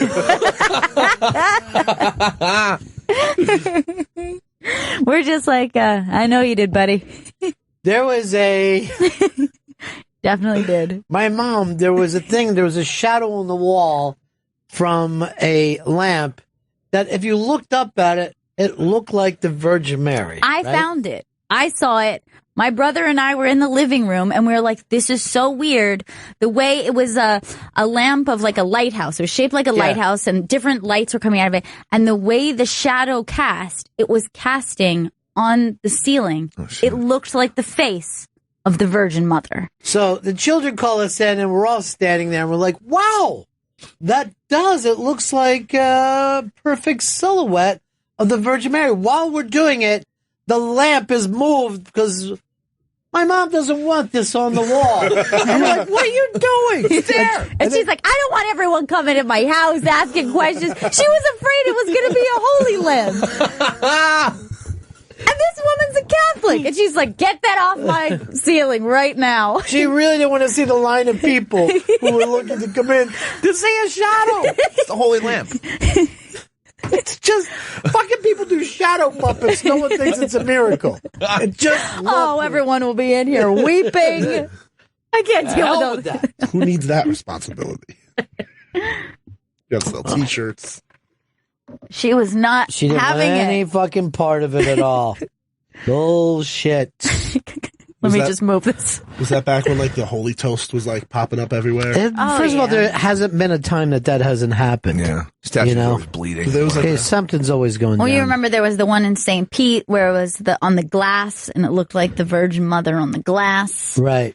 And then it was up for years until some sicko just threw a brick through it, where it's like, just let them enjoy it. You know why? Because he worked there, and he just couldn't find parking. And he was, he did a Chris Stanley freak out. I thought that was the meanest thing. I was like, just let them enjoy it. Yeah. Why are you going to ruin it for them?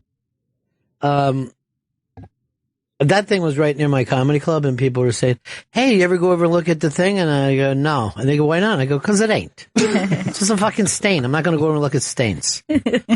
Have you noticed this winter? I never saw this coat before this year, but that weird black coat with a stupid patch on the side of it. Is it the goose? Yeah, and it's just come out of nowhere. And it's the dumbest, weirdest little coat. And everybody, when I first, like the first cold day, it's the black version of that though, Chris, with the thing on the side. Yeah. The first day that I saw it, I'm like, is there something in town? It's ridiculous. It's this goddamn Canada Goose jacket. When I first That's saw what it's called? Because I couldn't Canada read Goose. it. Yeah, it's called Canada I Goose. saw the patch there. I literally thought they were scientists or something. Like, it looks like a scientist jacket. Scientists? Or something to that effect. Some sort of lab coat. The fucking coat could be called a bench warmer at best. Why do you think scientists would wear it? Because of the patch. Oh, so you thought it was an official, like there was a gas like leak someone of some from the type. Parks Department or something. I thought the Canadian government was down here doing something. And they're expensive as fuck. It's like $1,000 to get one of these things. I just found that out, actually. Why would anybody want to spend $1,000 to look not cool? Well, here's the thing.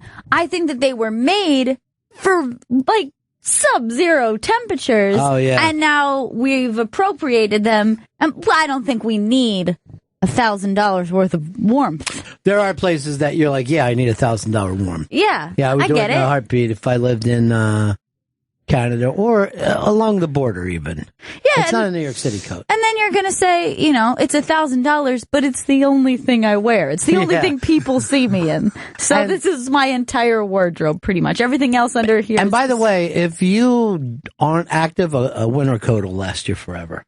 Oh, it's yeah. just the best thing that you could ever have. Just don't be active with it. That's my thing. It's like this year's North Face or whatever. Like, you just see North Faces everywhere, but now literally everyone in the street is wearing this fucking coat. But I was shocked when I found out that they're like $1,000. No, isn't there some kind of controversy to them?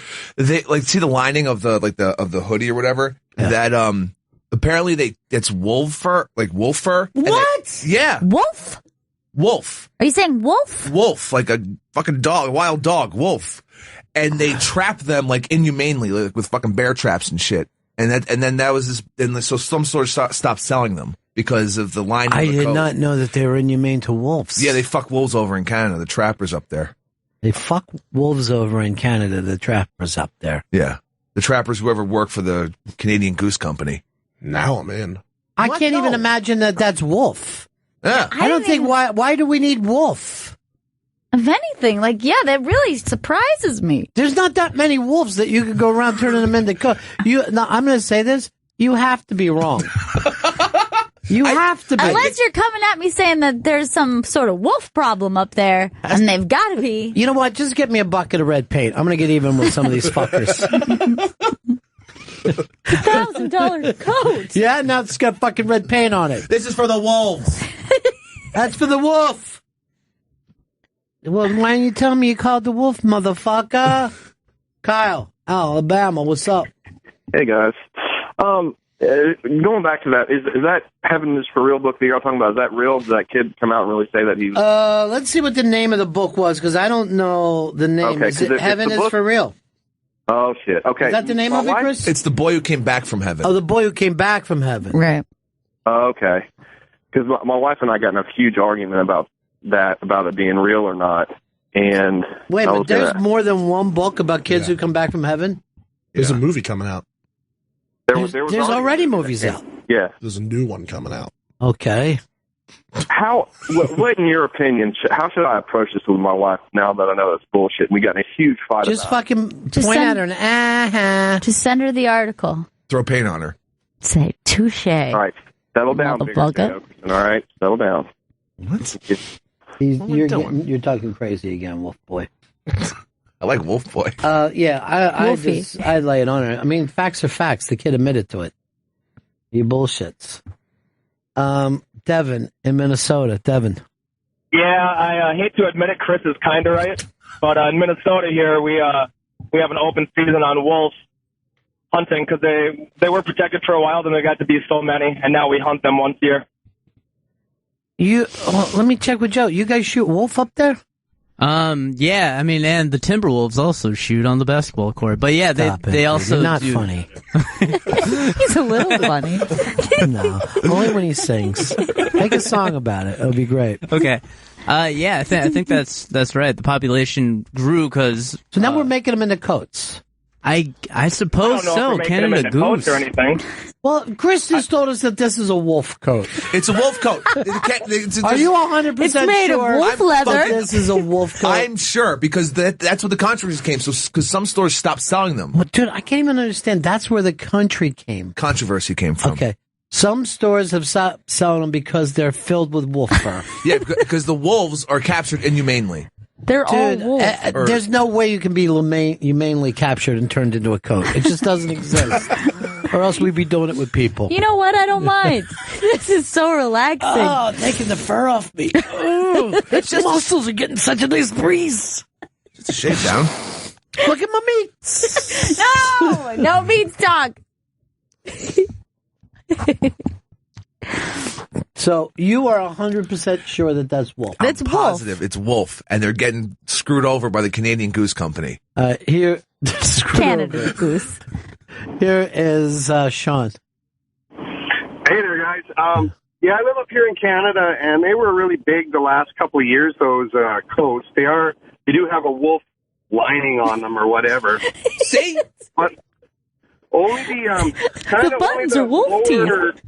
The lower middle class people buy them. Like the people with lots of money don't buy them. All these guys are giving up like a month's rent or whatever to buy a coat.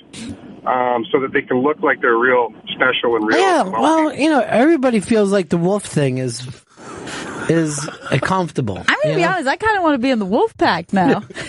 Wolf pack coming to your town. Wolf pack. Wolfpack. Wolfpack here to shut you down. Wolfpack. Wolfpack. All right, he's still doing it. Dean in Pittsburgh. Hey, Ron. Yeah. Hey, my wife is an ice skating coach, and she has one of those jackets, and she freaking loves it. The best thing. She's got a wolf jacket. She hates wolves. She does, exactly. Now, do you ever sing "Hungry Like the Wolf" when you're going down on her? Sometimes, yeah. I would too. You know what? Before the coat. So she loves her coat. She don't mind that she's wrapped in wolf. I think the wolf's just on the hood. It's just a wolf hood. Yes. Still bad for the wolf. It's more wolf than I've ever First of all, worn. I like the fact that your wife is excited by the wolf. I'm going to say pretty good prize closet. Woo! Let's get What? Pretty good prize. It's the pretty good prize closet. We have pretty good prizes. It's the pretty good prize. It's the pretty good prize closet. We have good prizes. What's up, Dean? Today, Dean wins the signed DVD, Frozen River, signed by actress Melissa Leo. Oh, guys in. Yeah. Love Melissa Leo. Dean. Love Melissa really ties in with the wolf clothes. Mm-hmm. Here is Bob in Buffalo. Bob. Hey, what's going on, man? Yeah. Hey, my grandpa he works at a shop that actually turns the coats of the wolf into jackets and everything. Wait, so he actually sews the wolf into these Canadian goose. Horrible. He actually does, and he said if they're not killed in a humane way, he said that, I don't know what sense that makes, but if they're not killed humanely, somehow like the fur is different. I don't know if that makes any sense, but he was telling me that. Probably has more puke and piss on it. Like, oh my God, this is terrible. It's or maybe it's more stiff because they're scared. I don't know. Yeah. Well, you can't eat them as good. You can't eat them as good. Right. All right. So I can't believe this. Stanley ended up being right about something. That's what I'm feeling good about this weekend. You should. Fucking turn it around. I could not believe that we're making stuff out of wolf. These dirtbags in Canada are making loads of cash off of dead wolves. It's the people buying it that deserve the heat, in my opinion. I mean, if you're going around wearing a fucking wolf jacket, right? Because if people don't, they ain't going to kill the wolves if they can't sell it for anything. Yeah. You don't see Kevin Nash in one of these things. It does. We got it, Wolfpack, dude. It does look really soft, though. Yeah. It is fucking soft. That's the wolf tears are in that. Awful. What happened to those fox scarves that were just like dead foxes people would wear? Oh, those are great. Like a mink stole. Yeah, oh, you know why? It's the present. And we're not going to fucking wear. I would love a mink stole. Just with like a little, right, can I little tell you? head on it. I'll make you one out of Birdie, where it's just Birdie's laying around his shoulders. Because that's what a fox is to me. It's a sweet little dog. I wear one of those bear jackets. Like when I saw The Revenant, I was just like, damn, Leo's bear jacket is dope. Do you understand what fucking day this is, dude? Come on. I walk around a bear jacket. Revenant was terrible. Here is tacky bitch. Every here's jacket Janet. you wear is a Janet, bear what's jacket. Janet. Janet, going once, twice. Hey. Yeah. Hey. Oh, I didn't know that thing. Yeah. I just wanted to agree with Chris, too, and I wanted to let you guys know J. Crew actually got in trouble for this. And then they found out that they were using wild dog fur from China. So they were just trapping dogs and using the fur. Wait, are you... No, I think I'd rather be wearing a dog than a wolf, to be totally honest. Because there's a lot of fucking dogs. True. And I think there's only something like 16 or 17 wolves left on the planet. That wolf population's fucked. And you guys are wearing them. And Yeah, loving the it. dogs make eye contact with this. Why can't we have like a late night commercial for wolves? They need it. What's that song that they play at late night that makes you so sad when you look at the dogs? Oh, Sarah In McLachlan. the arms of a wolf head. So many little wolves are dying right now, so people can. Away from here. Yeah, it's comfortable. Sure, feels great. Looks good. It's thinning.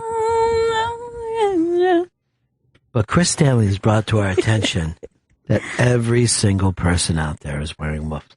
Hold on, this is one of those things you never know who's going to call from Chicago, Illinois.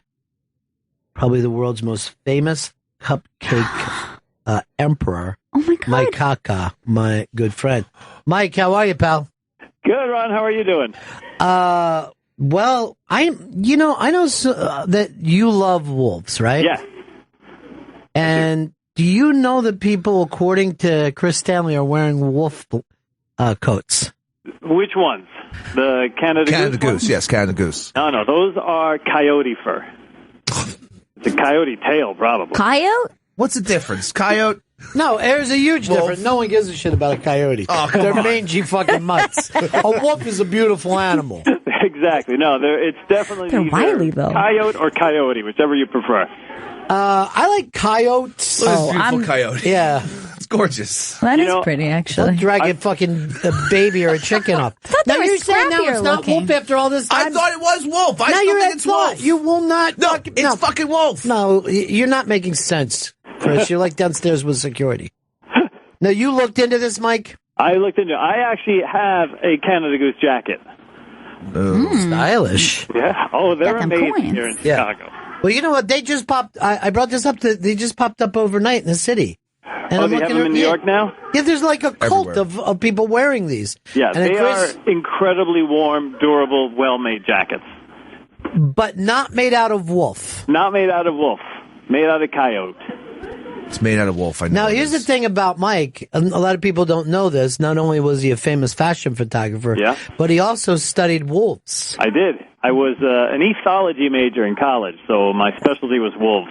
Really? And you went out and you slept near wolves and you heard them howl feet from your head? I would do research and we would basically you watch them and you write down things they do, like alpha male goes to alpha female, sniff ears, goes on hunts, all that kind of stuff. And you keep track and you try to get data and, they become familiar with you. And we had a couple of them come into camp a few times, check us out. So it's pretty cool, yeah. So you would never wear a wolf under any circumstances? I would not wear a wolf unless I was in a survival situation and I needed to stay warm. Because that is your spirit animal. Exactly. Coyote, on the other hand. I don't trust this at all. I know it's a fucking wolf. I know I've read wolves. Wolf is a totally different word than coyote. I know the difference between the two. I'm 100% sure it's coyote. Okay, that's all I need. I trust Mike. Now I'm starting to doubt Chris's bets this weekend. Don't do that. Actually, one of the girls who works in the shop, Addie, used to sell Canada Goose. She's screaming at me here, and she is confirming that it is coyote. What the fuck? How do I know she really worked there? Hey, I've always wondered about this. Mike has these beautiful girls who work with him. How come you guys never Periscope? We are thinking about Periscoping. I just got a better phone for the shop, so maybe we'll try Periscoping. Because, if you're there and having the cupcake, including the world-famous Ron Bennington cupcake... Yeah, still the bestseller. Still the bestseller after all these years. Yeah, I'm very excited. But you look up and all of a sudden all the girls are dancing along and because some song is playing. Very fun place. I'll work on it. It is still a cool place. I'm glad to hear that. Yeah. All right, my friend. Thanks for proving that Stanley's a liar. Anytime I can do that, I'm pleased. Oh, yeah, you'll be able to do that once a day. All right, talk to you later. Bye. All right, bye, guys. That is so embarrassing. I just got this from Don. What's that? Now that fucking idiot doesn't know the difference between a wolf and a coyote, we have to talk. Chris, this doesn't look good. This doesn't look good. No. This is all over the wolf coyote thing. Dude, you can't yell that something... You know what? If this company who makes this very fashionable, exciting coat finds out that we're telling people it's made out of wolves and 6-month-old human babies, that's the kind of shit you can take heat for, Chris. That's where your alcoholism puts all of us in jeopardy. I didn't realize that. Our show's in jeopardy, baby. Wolf. Now I got to call the fucking wolf in, my caca. Call the wolf? Well, shit, Negro. Why didn't you tell me you called the wolf? That's all you had to say. That's the best thing ever. Relax. The wolf is on his way. How you fuck up shit like that? I believed in my heart that it was a wolf. I still do. But why? You shouldn't get facts from your heart. I know I read it somewhere. Do you understand how perfect that was? That just because you have a feeling, it doesn't make it true. Since when? Ever. You're the exact opposite of logic. Oh, yeah. You're thinking. Nothing logical at all about my brain. Then why? No. Why take up space? Why not just, you have to go over that bridge. Why don't you leap the fuck off of it? Straight down that East River. Yeah. Take your last dip. Not going to do it. I'm going to put up this fight for the wolf. Here's Scott in Calgary. Scott. Hey, Ron. How's it going? Good, man. So you realize that just the lining of the hood is the coyote or wolf, not the entire jacket or lining, right? So none of it is a small percentage that you're actually using. You're probably only using like his stomach. That makes it worse. You're not even making sense. You're thinking of it's just a little bit of wolf. Just a little. You know what I mean? Taste of wolf. Like if someone said I'm eating this out and they're like, there's barely any whale in there. Just enjoy yourself. I'd be like, I'm not eating this. I'd rather you use the whole wolf, by the way. If you're going to kill the wolf. Yeah. Plenty of it. He's probably lost half of it. If those things are wolf, I'm chucking paint. I might do it anyway, just to see people's expressions. Why not? I'll fucking hit somebody wearing denim with some red paint. There you go. It's denim! Yeah. Now look at you all covered in red paint. Man, you really messed this up by saying it was a wolf. Yeah, next we'll be saying Tammy Pescatelli fucking put it out there. No, I don't. Did you hear Tammy on Opie's show today? I didn't hear Tammy on Opie's show. It was Tammy called in and kind of defended herself after. By the way, Amy Schumer with Jim Norton yesterday basically did a TED Talk on what to do if someone accuses you of something. She went through this thing. First of all, I'm listening, and I can't believe it, that she is going to come back and go, I'm going to deal with a couple of tweets here. But she says right off the bat, I will take a polygraph and will take a polygraph on my show this year about the fact that I don't believe I ever stole a joke, and I will put it out on my show. That shuts everybody down. I've never heard anyone say, I'll take a polygraph. If Chris would say that even once, I'd be amazed. So then she takes some, so she just takes control. I've never seen anybody be able to come in, be accused of something that everybody was, on board about, or a lot of people started to get on board, and be able to turn it around so fast. But also what I thought was great, Jimmy was letting her tell the story, because Jimmy's known her for 8 years, of the way her life has changed in the past year. I guess since the Trainwreck movie, but moving up because of her stand-up and stuff, where people are now asking her neighbors questions about her and going to her mom, her boyfriend's family. Yeah, I had no idea that her fame rose that much. And she's like, when I was talking to Obama, and he's just like, Jimmy, like, wait, the president? Yeah. Mm-hmm. Yeah. He said this to me. And so it was a very interesting, really swooped in and just snuffed this thing out one way or another. But somehow our good buddy, Tabby Pescatelli, who was third on the dog pile, took the most of the heat. Like the other two good people, Tammy, she did this, so she took some heat. Yeah. She called in today with Opie, and I'm going to misquote Opie, but I thought his line was great, because she was basically calling in to apologize and walk it back. And Opie's like, are you being pressured to say this? Because the fact is, it seemed like all those tweets were shut down fast, and people who had said stuff are now like, hey, we cool, just very, very quickly. And Ope asked her, he's like, are you being pressured to say this? Now, obviously, even if you were pressured to say it, you would say no. Yes, I am being pressured. I can't say who, but there's a man very close to me. But it was an amazing thing. And, Norton with his advice shows is blown up, and this thing is known all around the world. And I don't think it changes much because the people who don't like Amy, some of it is on political reasons. Some of it is just comedically. There's always going to be people who don't like your song, no matter who you are. You run into people all the time who will say stuff like, the Beatles blow. Springsteen sucks. You're not ever going to get around that. No matter how big you get, there are people who just despise Michael Jackson. So you're going to have to put up with shit. But then there's also misogyny, and the fact that she's anti-gun makes people who are anti-gun look for anything, or pro-gun, I guess, for any reason to dislike her, just like anti-gun people would find any reason to like her. There's this weird psychology that you get into when things get big. But she was pretty effective of how quickly she put an end to this thing. Yeah, I would agree. She definitely took things on, and no matter what you think in the end, you have to respect somebody who's going to say, hey, this is a very serious issue. I think that's something people also don't understand when they're saying oh, she's a joke thief.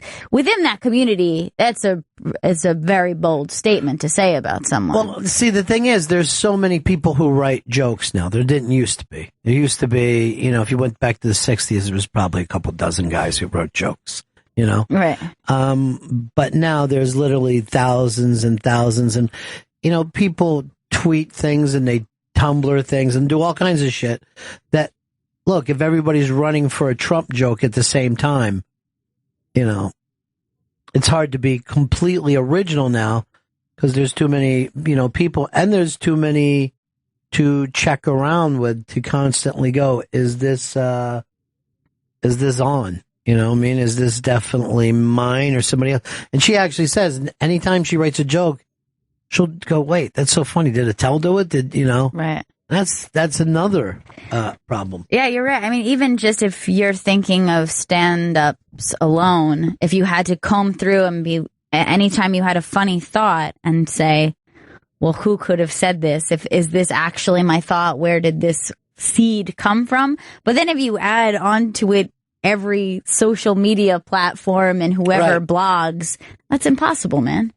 I know when Fez and I first came to New York City, we were like, did you notice that stuff that we were talking about 2 days ago showed up on some of these late night shows? And we were like, are we paranoid? Are we crazy? Or is this happening? And then one time a cable news guy just took a premise of ours, and his writer, the guy probably wouldn't even know the guy who it was, and just stole it completely. And then the writer wrote to us, this is like an homage to you guys. And I'm like, that's not an homage if you just lift our entire fucking bit, you know what I mean, without crediting us. Did you mention me? Then it's not an homage. No. Yeah. Do your viewers know who wrote that? Then it's not an homage. But that's the thing, that these guys have to come up with so much stuff. It's crazy. Here's Chris in PA. Chris. Hey guys, love the show. Amy clarified yesterday that she is not anti-gun. She just doesn't want crazy people having guns because there was a crazy person that killed people at her movie. Right, but she is pro Second Amendment, though. She's not anti-Second Amendment. Well, here's the thing to go ask the NRA if they agree with her on the things, or do they think that makes her anti-gun? You know what I mean? Her standing next to her cousin didn't make it look good, and everyone just assumed she's anti-gun. But she did clarify it. But if you're for any of these things that the NRA is against, you're considered anti-gun. Right. And what she wants is longer waiting periods and stuff about the gun shows and all that. Right. And they freak the fuck out at that. If the gun people would come around and say, hey, we understand completely, what you're talking about, and we're working diligently to make sure that happens. But no, it doesn't happen that way. So yeah, I don't think that she's anti-gun to me, but I'm not in the NRA.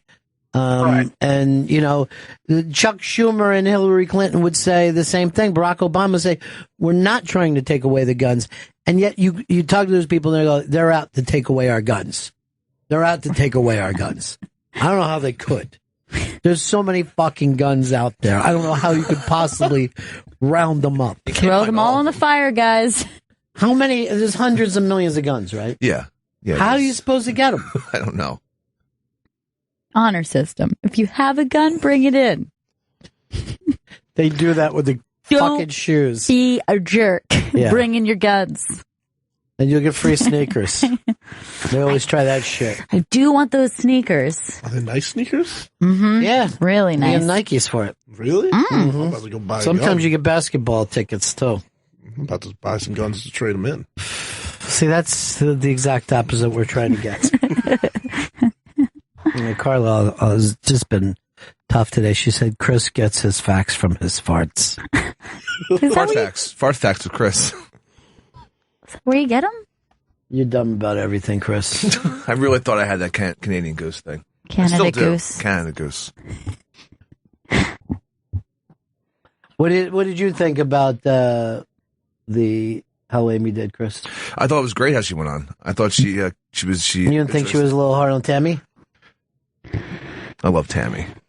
Okay, I got to get you just to take one. Instead of trying to guess what I want, just take a fucking position. Look at Vito. Yeah. He doesn't give a shit what side he's on. He's dead into it.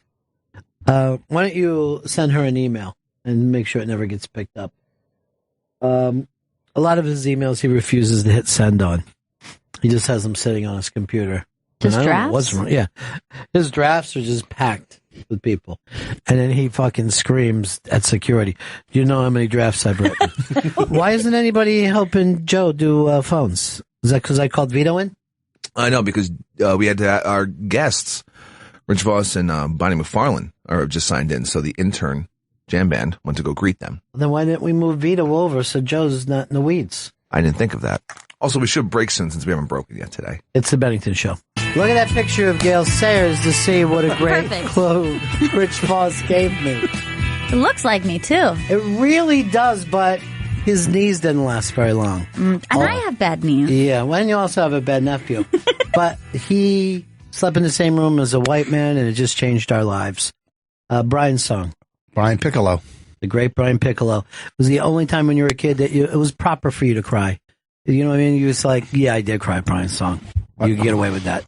That and Beaches. I'm not sure the guy can feel okay about crying at Beaches, but Beaches. I will cry at any Steel Magnolia and.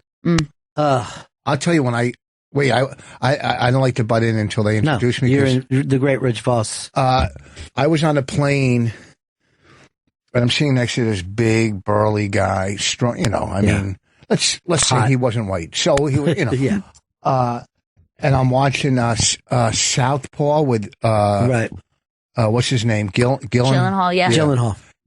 I 3 times, I had tears in my eyes. If you see the movie and you have a kid, especially a daughter, right. And I'm sitting here going, I hope this guy doesn't see the tear come down my eye. Please don't let this guy see the tear. Yeah, you want him to like you. Because, when your first hello is, black, what's up? Yeah, right. But, I have this theory that on an airplane, you're quicker to cry and quicker to laugh. Why is that true? Someone else said that. I don't, it must have something to do with the oxygen has changed, but I have to be careful about what I watch on an airplane because I will get mushy, and I've laughed too hard on airplanes. I once laughed so hard at a King and Queens that I gave somebody a high five, and I don't ever remember laughing at. Yeah. We were like, "This is fucking unbelievable!" That's why I'm going to premiere my next CD or something on the plane. On a plane, that's a great idea. Now you've got a big gig coming up. Chris, go ahead and plug away all the important stuff. My Wife Hates Me Valentine's Day special hosted by Ron Bennington and featuring special guests, is happening Tuesday, February 9th at 8 p.m. at the Village Underground. Go to comedycellar.com for tickets. Yeah, it's going to be a lot of fun. You know, I'll just say this about myself. I think I'm kind of a funny person, but when I'm with you and Bonnie, I'm really funny. I don't know. I think it's because there's enough laughter. They just have to get in a little line and then everybody loves it. Well, I mean, everybody knows you are the quickest in radio. It's known throughout. Maybe 43rd Street. Okay, that's great. All right, so everybody in Midtown knows. You're so quick and so. It's a great matchup. Yeah. When we've done a lot of live My Wife Hates Me. Yeah. Everyone's been great, and Bill Burr, the one with her and Bill Burr was so uncomfortable. We did it in Montreal, and her and Bill are like, and they like each other and respect, but there's something about, and then Norton and Artie Lang did it, and Kindler, and it just. But when you did it, I'm not saying you were better, but you were. Then you were good. Then good. It's I don't know what it is. Maybe because we've known each other so long. Well, too. there's also a thing like, would you say her and Bill? They're both contrarians, so they're both the exact opposite of what the feeling in the room is. So if you really want to lose Bonnie, you go, oh, I like you and I like what you're saying. Boom, she's gone on you. She's done. And Burr's the same way. Don't find yourself going, oh, so you mean, boom, he disappears. He goes in a different direction. Also, too, she's like a feminist, but not a feminist. Right. She'll call out women on bullshit, but, I don't want to talk about it until she gets in here, but, and she'll stand, it's hard, living with her. Right. The other day, we're in somewhere, we went out to eat. She's like, come on, let's go. We got to get out of here. So then I start eating faster. She goes, what the fuck? Slow down. Look at you. I go, are you insane? You know what? It's mixed message Bonnie. So she's fucked up. Yeah, sure. Sure. But you should have known that the second that she said, I do. Yeah. You should have said to yourself, what is wrong with her? Yes. We had the biggest fight in the beginning, and that's all the red flags should have went up then. I was taking around. I said, oh, let me this is when I was rolling, and let's go to the mall, buy some clothes, some pants, or whatever. Mm-hmm. So, I don't know if I should be. Yeah, fuck it. So, on Last Comic Standing, her season, one episode, I was a judge in New York. Yeah. And my votes meant nothing. You mark down 20 people or 10 people. It meant nothing. It was up to the producers. But you sat there, pretending. So I put down somebody who I knew, a female from New York. And she said, did you vote for her? I go, yeah, my vote meant nothing. Why would you vote for that hat? She stinks. And I'm talking about a blowout fucking fight. And this is 12 years ago. When she wasn't, fucking, tearing the roof off of places. Yeah. But very brilliant. And we had a blowout fight I'm going, she's fucking nuts. And I still bought her pants. You still got her the pants? Yes. And she returned them when I went back to Jersey and bought something else. Yeah. I am so looking to do this show with you. I guess it was about 2 years ago I did the show with you guys. And it was one of the funnest live things that I've ever done. Go ahead and plug away, Chris.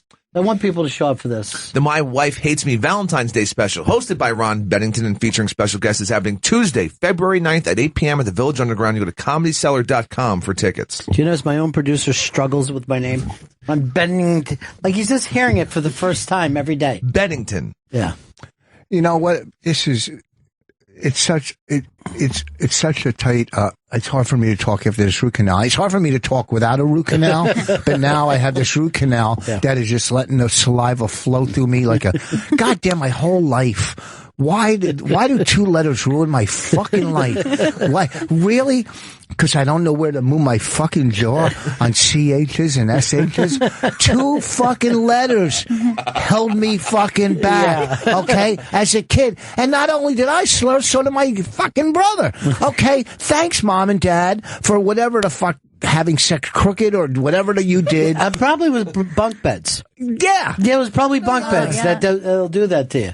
But 2 letters. And I try to say, you know, instead of saying church, I'll say house of God. You know, I try to work my arrangement. Go to the house of God this week. You know, I'm at, you know, and I'm eating Oriental food and you know the raw stuff. Because like if I'm talking like right now, you can't hear anything wrong. There's not a goddamn thing wrong. Until those 2 fucking letters come in, or the one really. Like I can say cat. Right. But can I say chat? Okay? The fucking H has fucking ruined me. And know what the H is? Fucking Hitler. Okay? Yeah, that's Hitler there you still. Go. That's still fucking Hitler. Boss. It haunts me as a Hebrew. You notice I didn't say that letter either. Because that letter can get me on some words. On all of them. Really? On the whole world? Yeah, with K's. Now you have a beard right now, and you look exactly like a G.I. Joe doll. It's a you have a very badass look once you grow the beard. You look great with the beard and a hat combo. You know what? Here's what happened. My manager told me, you know, you're in the business a while. He said you have to reinvent yourself. And I'm very lazy. So what I did is I grew the beard and bought a hat. And then I fired him. Thank you, folks. I've done that on stage. See, last night we were at the table, and Keith Robinson was yelling to get rid of my beard. It makes me look older. And all the ladies at the table said, no, it looks good to keep it because there's gray in it. Yeah. And it says, you know, he said I have a young face. I think I do. I don't know. But I kind of like it. I think it's going to get me back on Comedy Central. I think it toughens you up. I really do. Really? Yeah. I think you can play gangster right now. Yeah, that doesn't have the word, the letter H. Yeah, right. You would never have the letter H anywhere. Yeah. Harlem. Yeah, you know what? If I knew how to act, I would play a gangster. Acting is the worst. Yeah, it's terrible. Not acting, auditioning. No. Going in that fucking room, no one there. You know, if you put someone on the set, do this, it's fucking easy. I've done it. But once you get in that room, one time I was... when I had really bad anxiety, a couple times in my life, when I was in my 40s, really bad, when my kids went off to school and I'm sitting in my own place, bad. And I just came back from Aspen and I killed at this festival.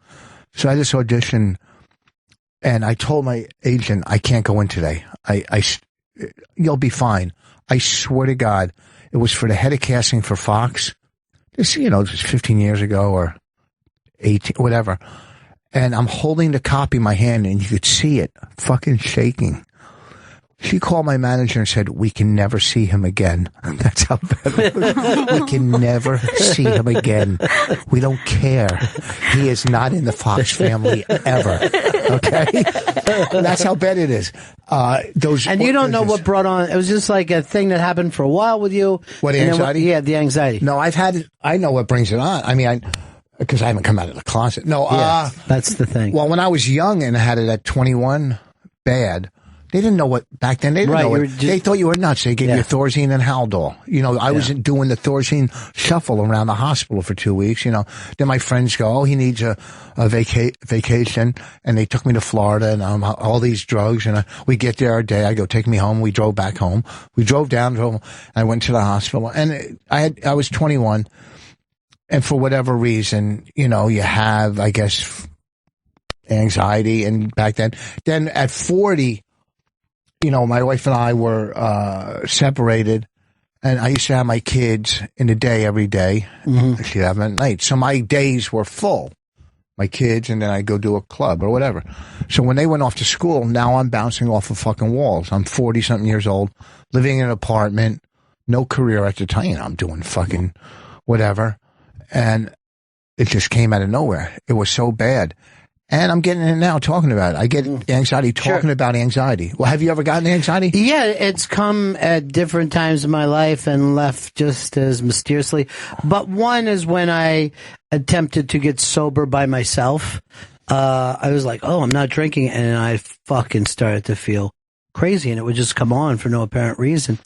But it's been a long time since that's happened to me. I think it's just something, but I agree with you that the first time that I ever felt it, no one talked about it. Now it seems like everybody will say, I'm having a panic attack. I'm having a panic attack. Well, the anxiety will lead into, because a lot of times you don't know what the anxiety is or why you have it. And then then all of a sudden your heart, you're going, I'm fucking dying. When I was in Aspen that year, I had a fucking panic attack. And I thought I was having a heart attack. You know, what the fuck? You know how many times I went and had a fucking EKG thinking I'm having a fucking heart attack and it's nothing but anxiety? But you know what I mean? Because it builds up. But if you just sit back and go, okay, this is going to pass. This is going to pass. Yeah. So sometimes I take, anxiety medicine sometimes, but I never take what I'm told. I always take way less. Because, next thing you know, I'm melting it down and fucking shooting it. Yeah, right. And I've been getting, for the last 2 years, I get, for some reason, performance anxiety. Wow, I didn't know that. But that might be in my head. That's in my head. Yeah. Because what's going to happen? I've been doing this for 30 years. No one's more natural than you. Thank you. That's funny. That I had no idea that you ever felt that way. The last couple of years. Yeah. I just go on. I go, oh, this is who knows? You know what I mean? And it's not like I'm working the fucking Taj Mahal either. Right. I'm at clubs that fucking people don't even know, they're in the club. They're, So where the fuck is she? I can't carry this. The strange thing about anxiety, I think, is that, like you said, when it comes in waves or it goes away from you for a while and then it returns, I feel like what happens is you get it in your head, like that you can default and go back to it. So it's almost like it, begets more anxiety. Right. I mean, they say the same thing about fainting, right? Like maybe something happens to you and you faint, but it's almost that your body learns that happened with Earl for a while. Yeah, it learns it as a mechanism. So it says, oh my God, the last time I was freaking out, I was able to just shut down and everything just went away. So it's almost the more you faint, the more likely you are to faint again. Why do people faint? Why, like, what? Because they're scared? Yeah. Were you with us when Earl kept fainting? No, I was right before I came on. I mean, it was all sorts of things with him. Like, was it fear? And then one day he said he fainted because he smelled Febreze. Yeah. Oh, yeah, that's and he just. But I think that we were busting his balls so much that he just started fainting. And then once that happened, he would go down. It would be and then we called him the fainting goat because there's this goat that faints. Yeah. When it gets scared, and he would just drop over when people were busting his balls, and it was the funniest shit that instead of helping him, we wanted to see him faint again. We what do you call it? That'll get you in trouble. That'll get you in trouble. Jeez, I couldn't handle that. Yeah. What, you kidding? Well, you got nothing, white boy. When Bonnie was like 8 months pregnant, she had to run into the post office. So I was sitting in the car waiting for her. And I'm sitting there, someone comes out and says, is your wife wearing whatever, this and that? I go, yeah. She goes, well, go inside. And I come in and she's laying on the floor in her head's in a puddle of blood. Oh my God. It was hot. She fainted and fell on the floor in a puddle of blood. She's just laying there. And, and the first thing that comes to my mind is I got to cancel this weekend. And finally I got into the Improv in Dallas. And she went to the hospital. And it was because of the heat and being pregnant and everything. And I wasn't there because no one was there to catch her. You know what I mean? And she fell on the hard marble floor. And you walk in and you see, and the first thing, she's pregnant. So it was quite scary. I never got the whole fainting thing. I just, I yelled at her, come on. Right. Man the fuck up. Did that help? Was that helpful? She hasn't fainted since. She has not fainted once since. But obviously, like, when you're pregnant, too, it's like there's another person inside you stealing the nutrients and vitamins from your food and taking them. Yeah, everything about you is off. Everything. Yeah, but it's literally like you're being robbed of everything that you want.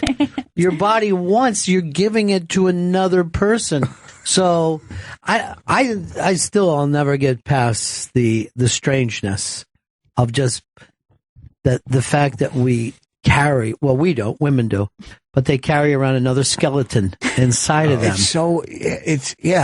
And it could come out. Yeah. Anytime. Yeah.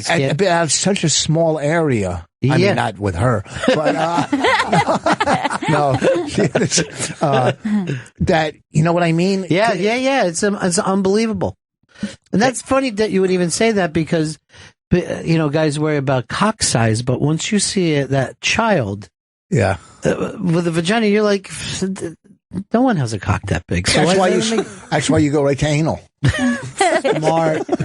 Smart. Makes you feel good about yourself. Yeah. Yes. You crying? I mean, sometimes it'll hurt me, but Bonnie, she had a C, but I mean, I have, you know, older daughter. How many kids is this? Are you? Well, I have 2 children, and both of them, you know, we had when we were young. So it's, I never took the thing of going, oh, this is the way that you're supposed to raise kids, or is this the smart time for us to do it?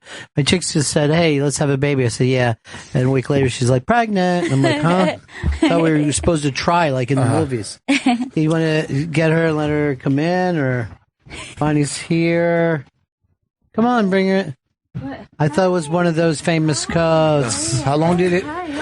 What took so long? Nice to see you, darling. I'm so excited.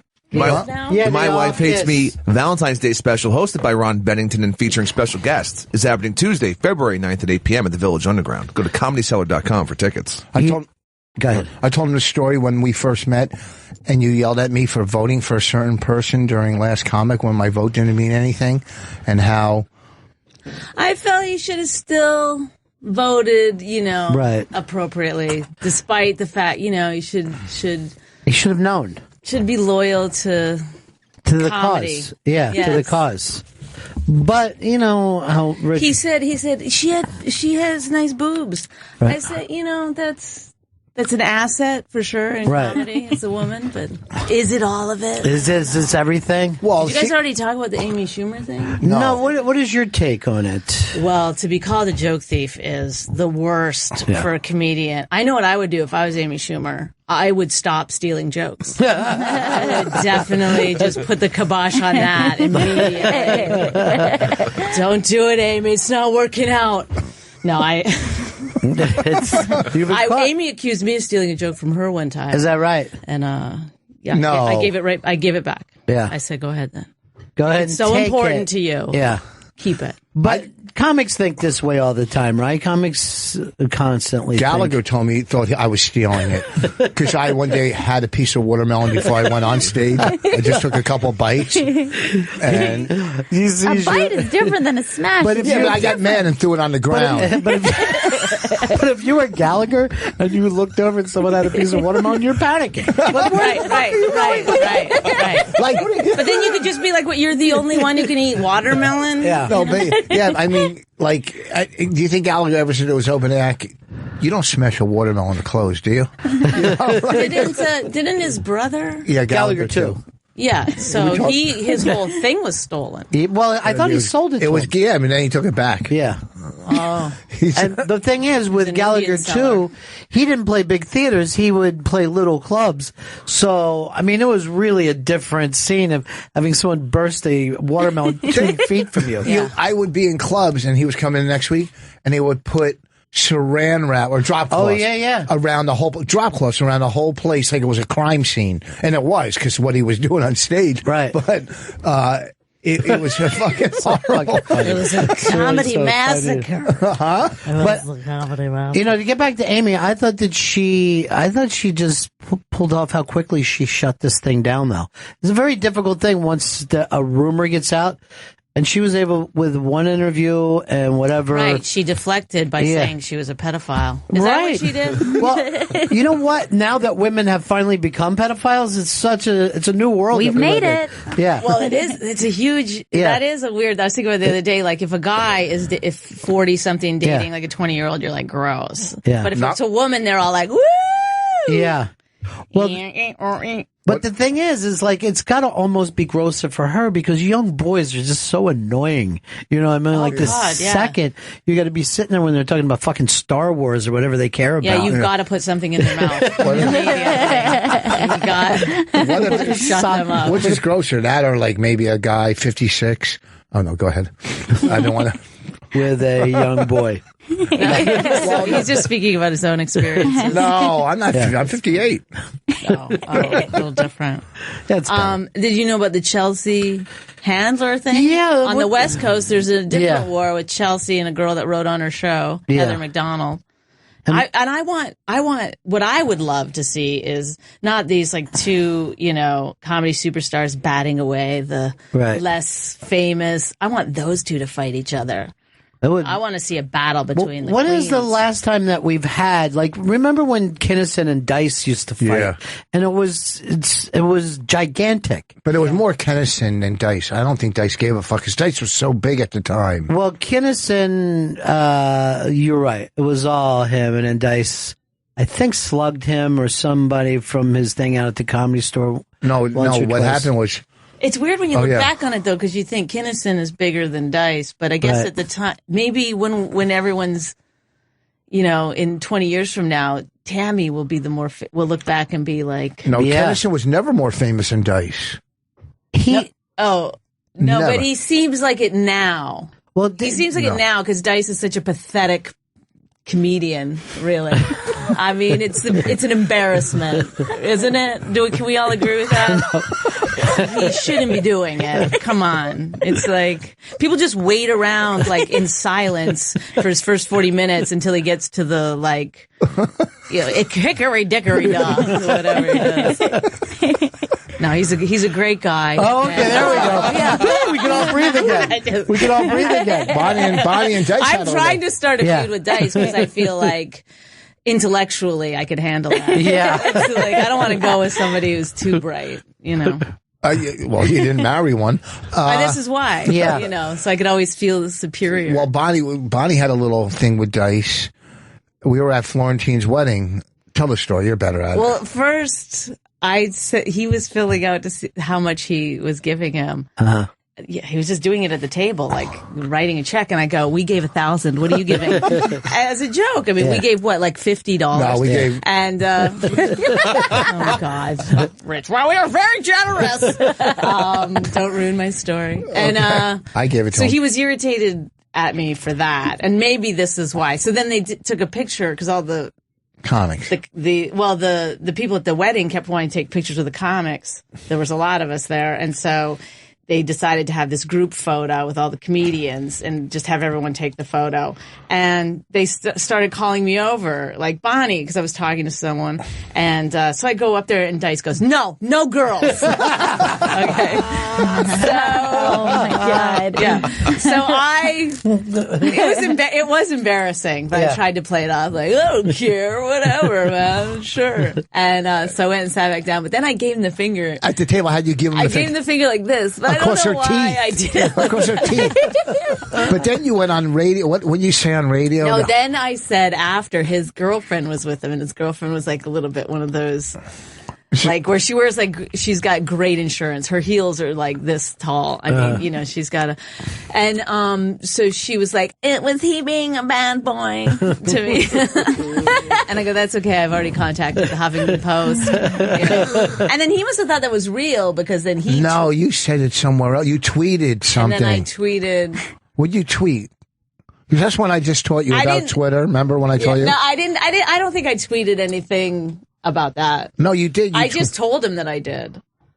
I said I've tweeted out to the Huffington Post or something. I don't know. Anyway, it doesn't matter. And so then he got upset by that. He was on the radio. He was really fucking going at you. Yeah. But then Norton covered you. Well, but the problem was, it's like his friends were like, he was joking when he did that. And then my friends were like, she was joking when she did that. And it's like, both of us don't know. Don't you two know you're in love? Yes, I know. But you know that thing about filling out at the table, that's something Italians do in this area, that they'll come in and they'll go, let's take a look at the food. Let's take a look at the thing. This is what it's worth to me. Right. I've never seen anyone do Chilean that. sea bass. Yeah. So they're not buying the friendship, they're buying this. I'm paying for the wedding. I'm like, paying, what if How well was I treated? But that is what people think, right? It's like, what do you pay? Like, you're paying for dinner for two. Oh, Right. It's about $200. All right. Right.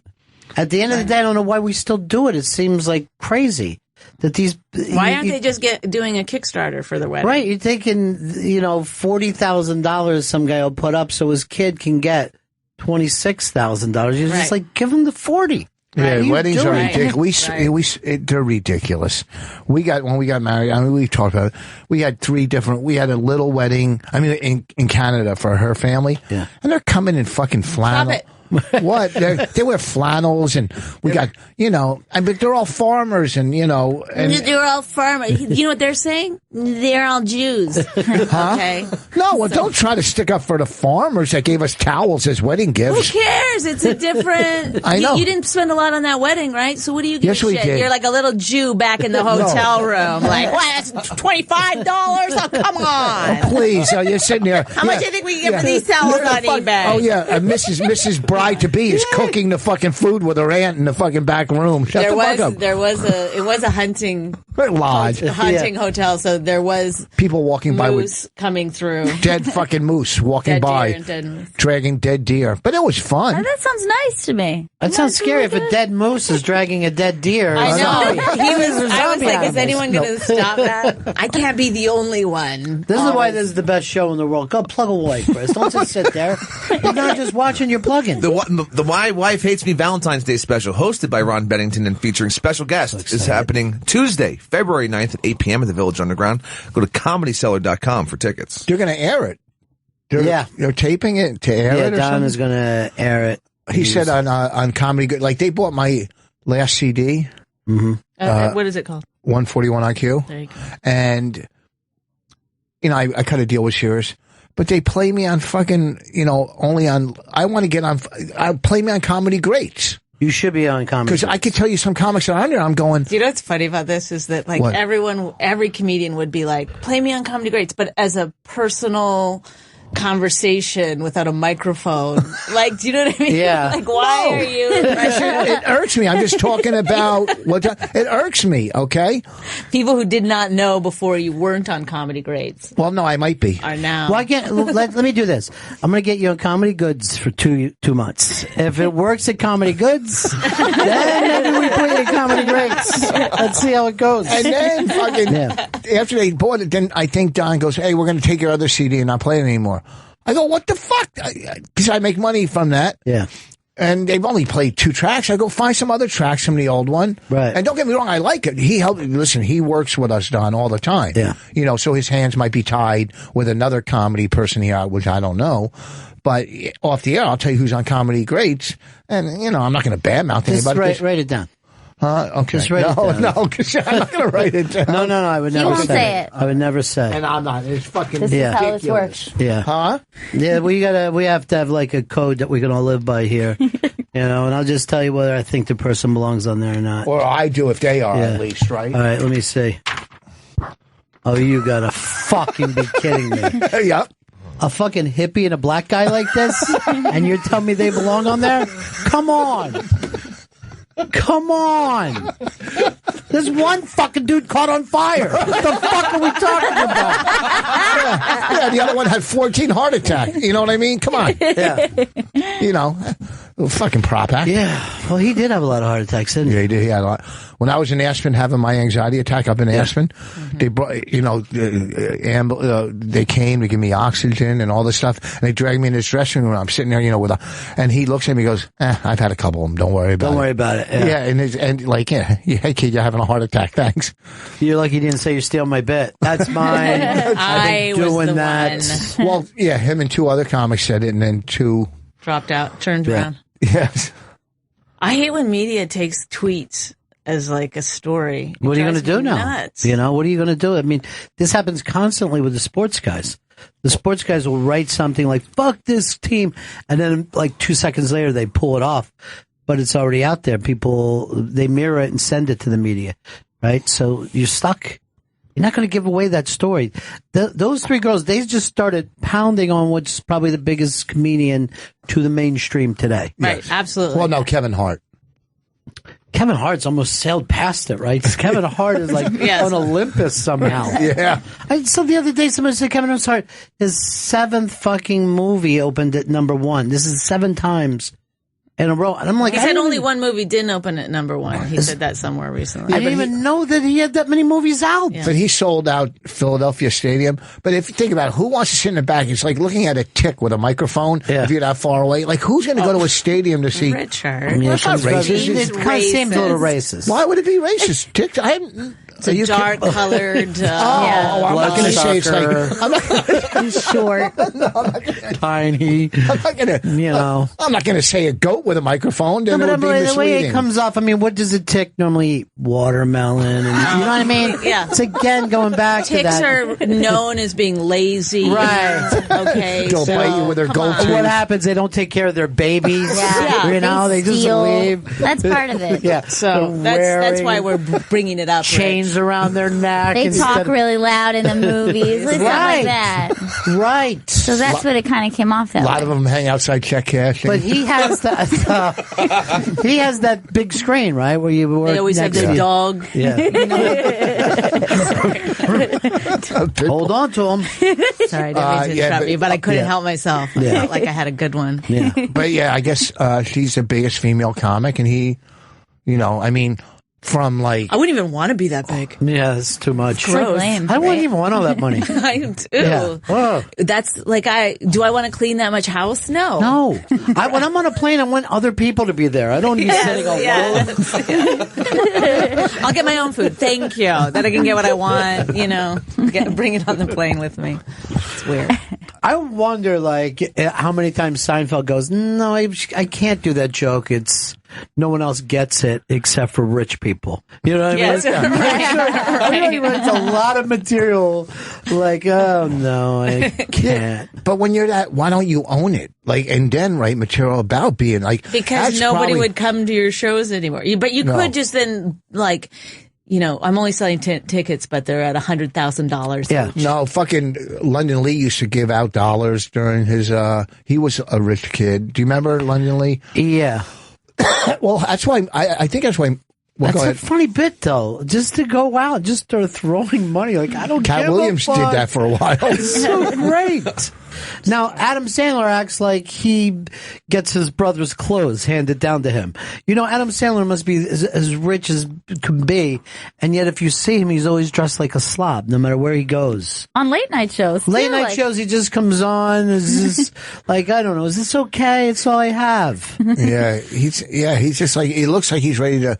He's coaching third base. Yeah. You know, In a on drunk Little league. League. You're drunk league. You get a Drunk drink league. before you even run the bases. Yeah, some people like Darrell Hammond used to dress like, you know, But he used to do just like the top half. he'd wear a He'd sport wear like coat, really nice top, and then like be wearing sweatpants. Yeah. He's mental. Yeah, huh? You talk about a If person you, who's insane. that's all you need to do the diagnosis. Yeah. Oh, he was wearing sweatpants on the bottom. Yeah, We're going to take him away. Try to fix him. He's he's nice. breaking from he's having a psychotic. I remember working with him in Florida when he first started down in Florida. He no one brings up that he was the chicken guy, and they took it away from him, and no one ever thinks that that's odd. What's the chicken guy? The Kentucky Fried, they give it to Norm Kentucky Fried Macdonald. Chicken. He did like the first 2 or 3 commercials, and then they gave it away. Might have even just been the first one. It was like the debut one, and then the next time. Yeah, but one was so crazy, right? Yeah, That he the was first- just it was singing very and talking weird. nuts. What was he doing? And go find him as the chicken thing, because it's amazing. Like, it's seriously. They're like, but it is amazing to be like, we need somebody less crazy, more mainstream. How about Norm Macdonald? How about let's get him? He never does anything weird. And it seemed like they were just going to keep having new. Yeah, I kept thinking, they're going to be switching out with different funny people. All right, this is just his commercial that he did. You okay? Did you No, my hurt finger yourself? got caught in that. All right, you're okay now. All right, good. I need nothing, I have everything I need. I walk along the dusty road, a bucket in my hand. The sun is round and yeller, it shines upon my feet. I've walked 100 yards and I'm not the least bit tired. I need nothing, I have everything I need. along the dusty road, a bucket in my hand. The cloud is white upon the sky, as white as a colonel's beard. I've walked another 100 yards and I'm not foolish but tired. I need nothing, I've everything I need. Howdy folks, it's me, Colonel Sanders. I walk along the dusty road, a bucket in my hand. I kind of love it. Yeah, it's great. But did he make a deal where he's like, I get to write it and final edit? I don't. Do you think he did the copy? I don't think he wrote the of course copy. not. I think at one point he yelled, "Welcome to Chicken and Acid." He was just tripping balls on this. But, you know, his problems have been very, very deep, and he's very honest about it. And, like, he put out the book.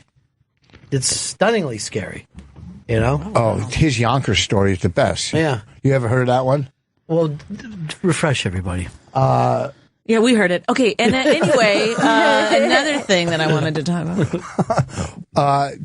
Why do you look like you just got up? I did. Oh. No, I didn't. I've been up since 8 a.m. You know, he was 7 a.m. when he first came to New York, he was, you know, doing gigs, you know, Penny Arcade out in Jersey, and he was at Yonkers, and he came out, he walked on, he was headlining, and they're yelling and screaming, or, you know, it's Yonkers, and not saying, whatever, the club was, it was called Shooting Star. We don't need all the details. Let's get to it. What's the crux? So he comes out, and they're all, he goes, if you be quiet and listen, you might like some of the stuff. And some guy in the back gets up and yells, he's wounded, let's get him. Oh, you're right, it might have needed more build-up. Really? That's whoa, look at this. Oh, Mrs. Anyway, I love come in late and try to just put people down. I had to go get my pass down there, and I did a little bit of human trafficking. I think I might be implicated. You were like 20. Did they take you way down to like? It's only one floor down from the main, but it's. Maybe you should have in a went with back his area. bit. There was a lot of. I think I learned a little bit of all the romantic languages at that point, and then the elevator took 20 minutes to come. Yeah, I unlike me. I made him. It was refreshing. I made him do my stuff, but Chris is in trouble with security because he used someone else's pass to get in here, and he may be fired. No, it's not looking good. Are you kidding me? Something that had nothing to do with his job. Yeah. He tried to fake his way in, and then he screamed when they wouldn't let him in. Where's your pass? He made a scene. I lost my wallet, which had my pass. He drinks quite a bit. I mean, he drinks to excess. It happens. Do you? I can tell. He takes a lot of drugs, and he. How drunk are you right now on a scale of 1 to 10? He's never sober, but he did a thing not too long ago where he woke up in the hospital after our Christmas party. Yeah. The following day busted in the back of his head. But then we found out today it's the same hospital where doctors were coming in people's faces unconscious while they were knocked out. That's a story? Yeah. How did I miss No, how do you get there? It's This is the guy. This is Chris's doctor right there. That's the ER doctor. That's the man who saved his life. That's the guy who got. So he was just accused of it. He's just accused. Oh, but yeah. then again, so was Amy Schumer. So Bonnie, don't you have a bit about someone in a coma that got pregnant? Yes. This guy stole from you. Yeah. No, I was just saying, like, for women, a lot of times they don't realize, like, see, I can't do the joke now. Go ahead, do you? Come on. You know, because Ladies and gentlemen. this is for single women, a little bit of advice. This is when I read this story about a woman who was in a coma for 19 months and then she had a baby. So somewhere between slipping into the coma and having the kid, she got a boyfriend. It's always when you're not looking. That's my advice. It's an old cliche. Never give up. Yes, right. You know, there's somebody out there for everybody. Maybe as a B storyline, be quiet. You know what I mean? You'll find your man. Here, do some more stuff. Anyway, set me up, honey. What did we talk about in the car? Let's go. Let's do this. The My Wife Hates Me Valentine's Day special. I can't wait for that, Chris. Hosted by Ron Bennington and featuring special guests is happening Tuesday, February 9th at 8 p.m. at the Village Underground. Go to ComedyCellar.com for tickets. It's going to be really good. It's going to be fun. I'm going to tell you a little bit about what it was going to happen. Watch his face. Watch his face. No. Look at pterodactyl arm. I ran into him in the men's room and he screamed at me, make sure you don't ruin this on the air. I don't know why. I said something about like love or being Valentine's Day, and he was like, "Are you an idiot? Are you stupid?" I was like, "It's gonna be." Remember we were doing radio here with Margaret Cho, and oh yeah, he called me stupid, and Margaret Cho was it, and she goes, "Don't you call her that?" Oh, she got really, and I had to be like one of those like battered women that was, "It's okay, it's fine. He's just tired." It's me. I drive him crazy. I need to be straightened out.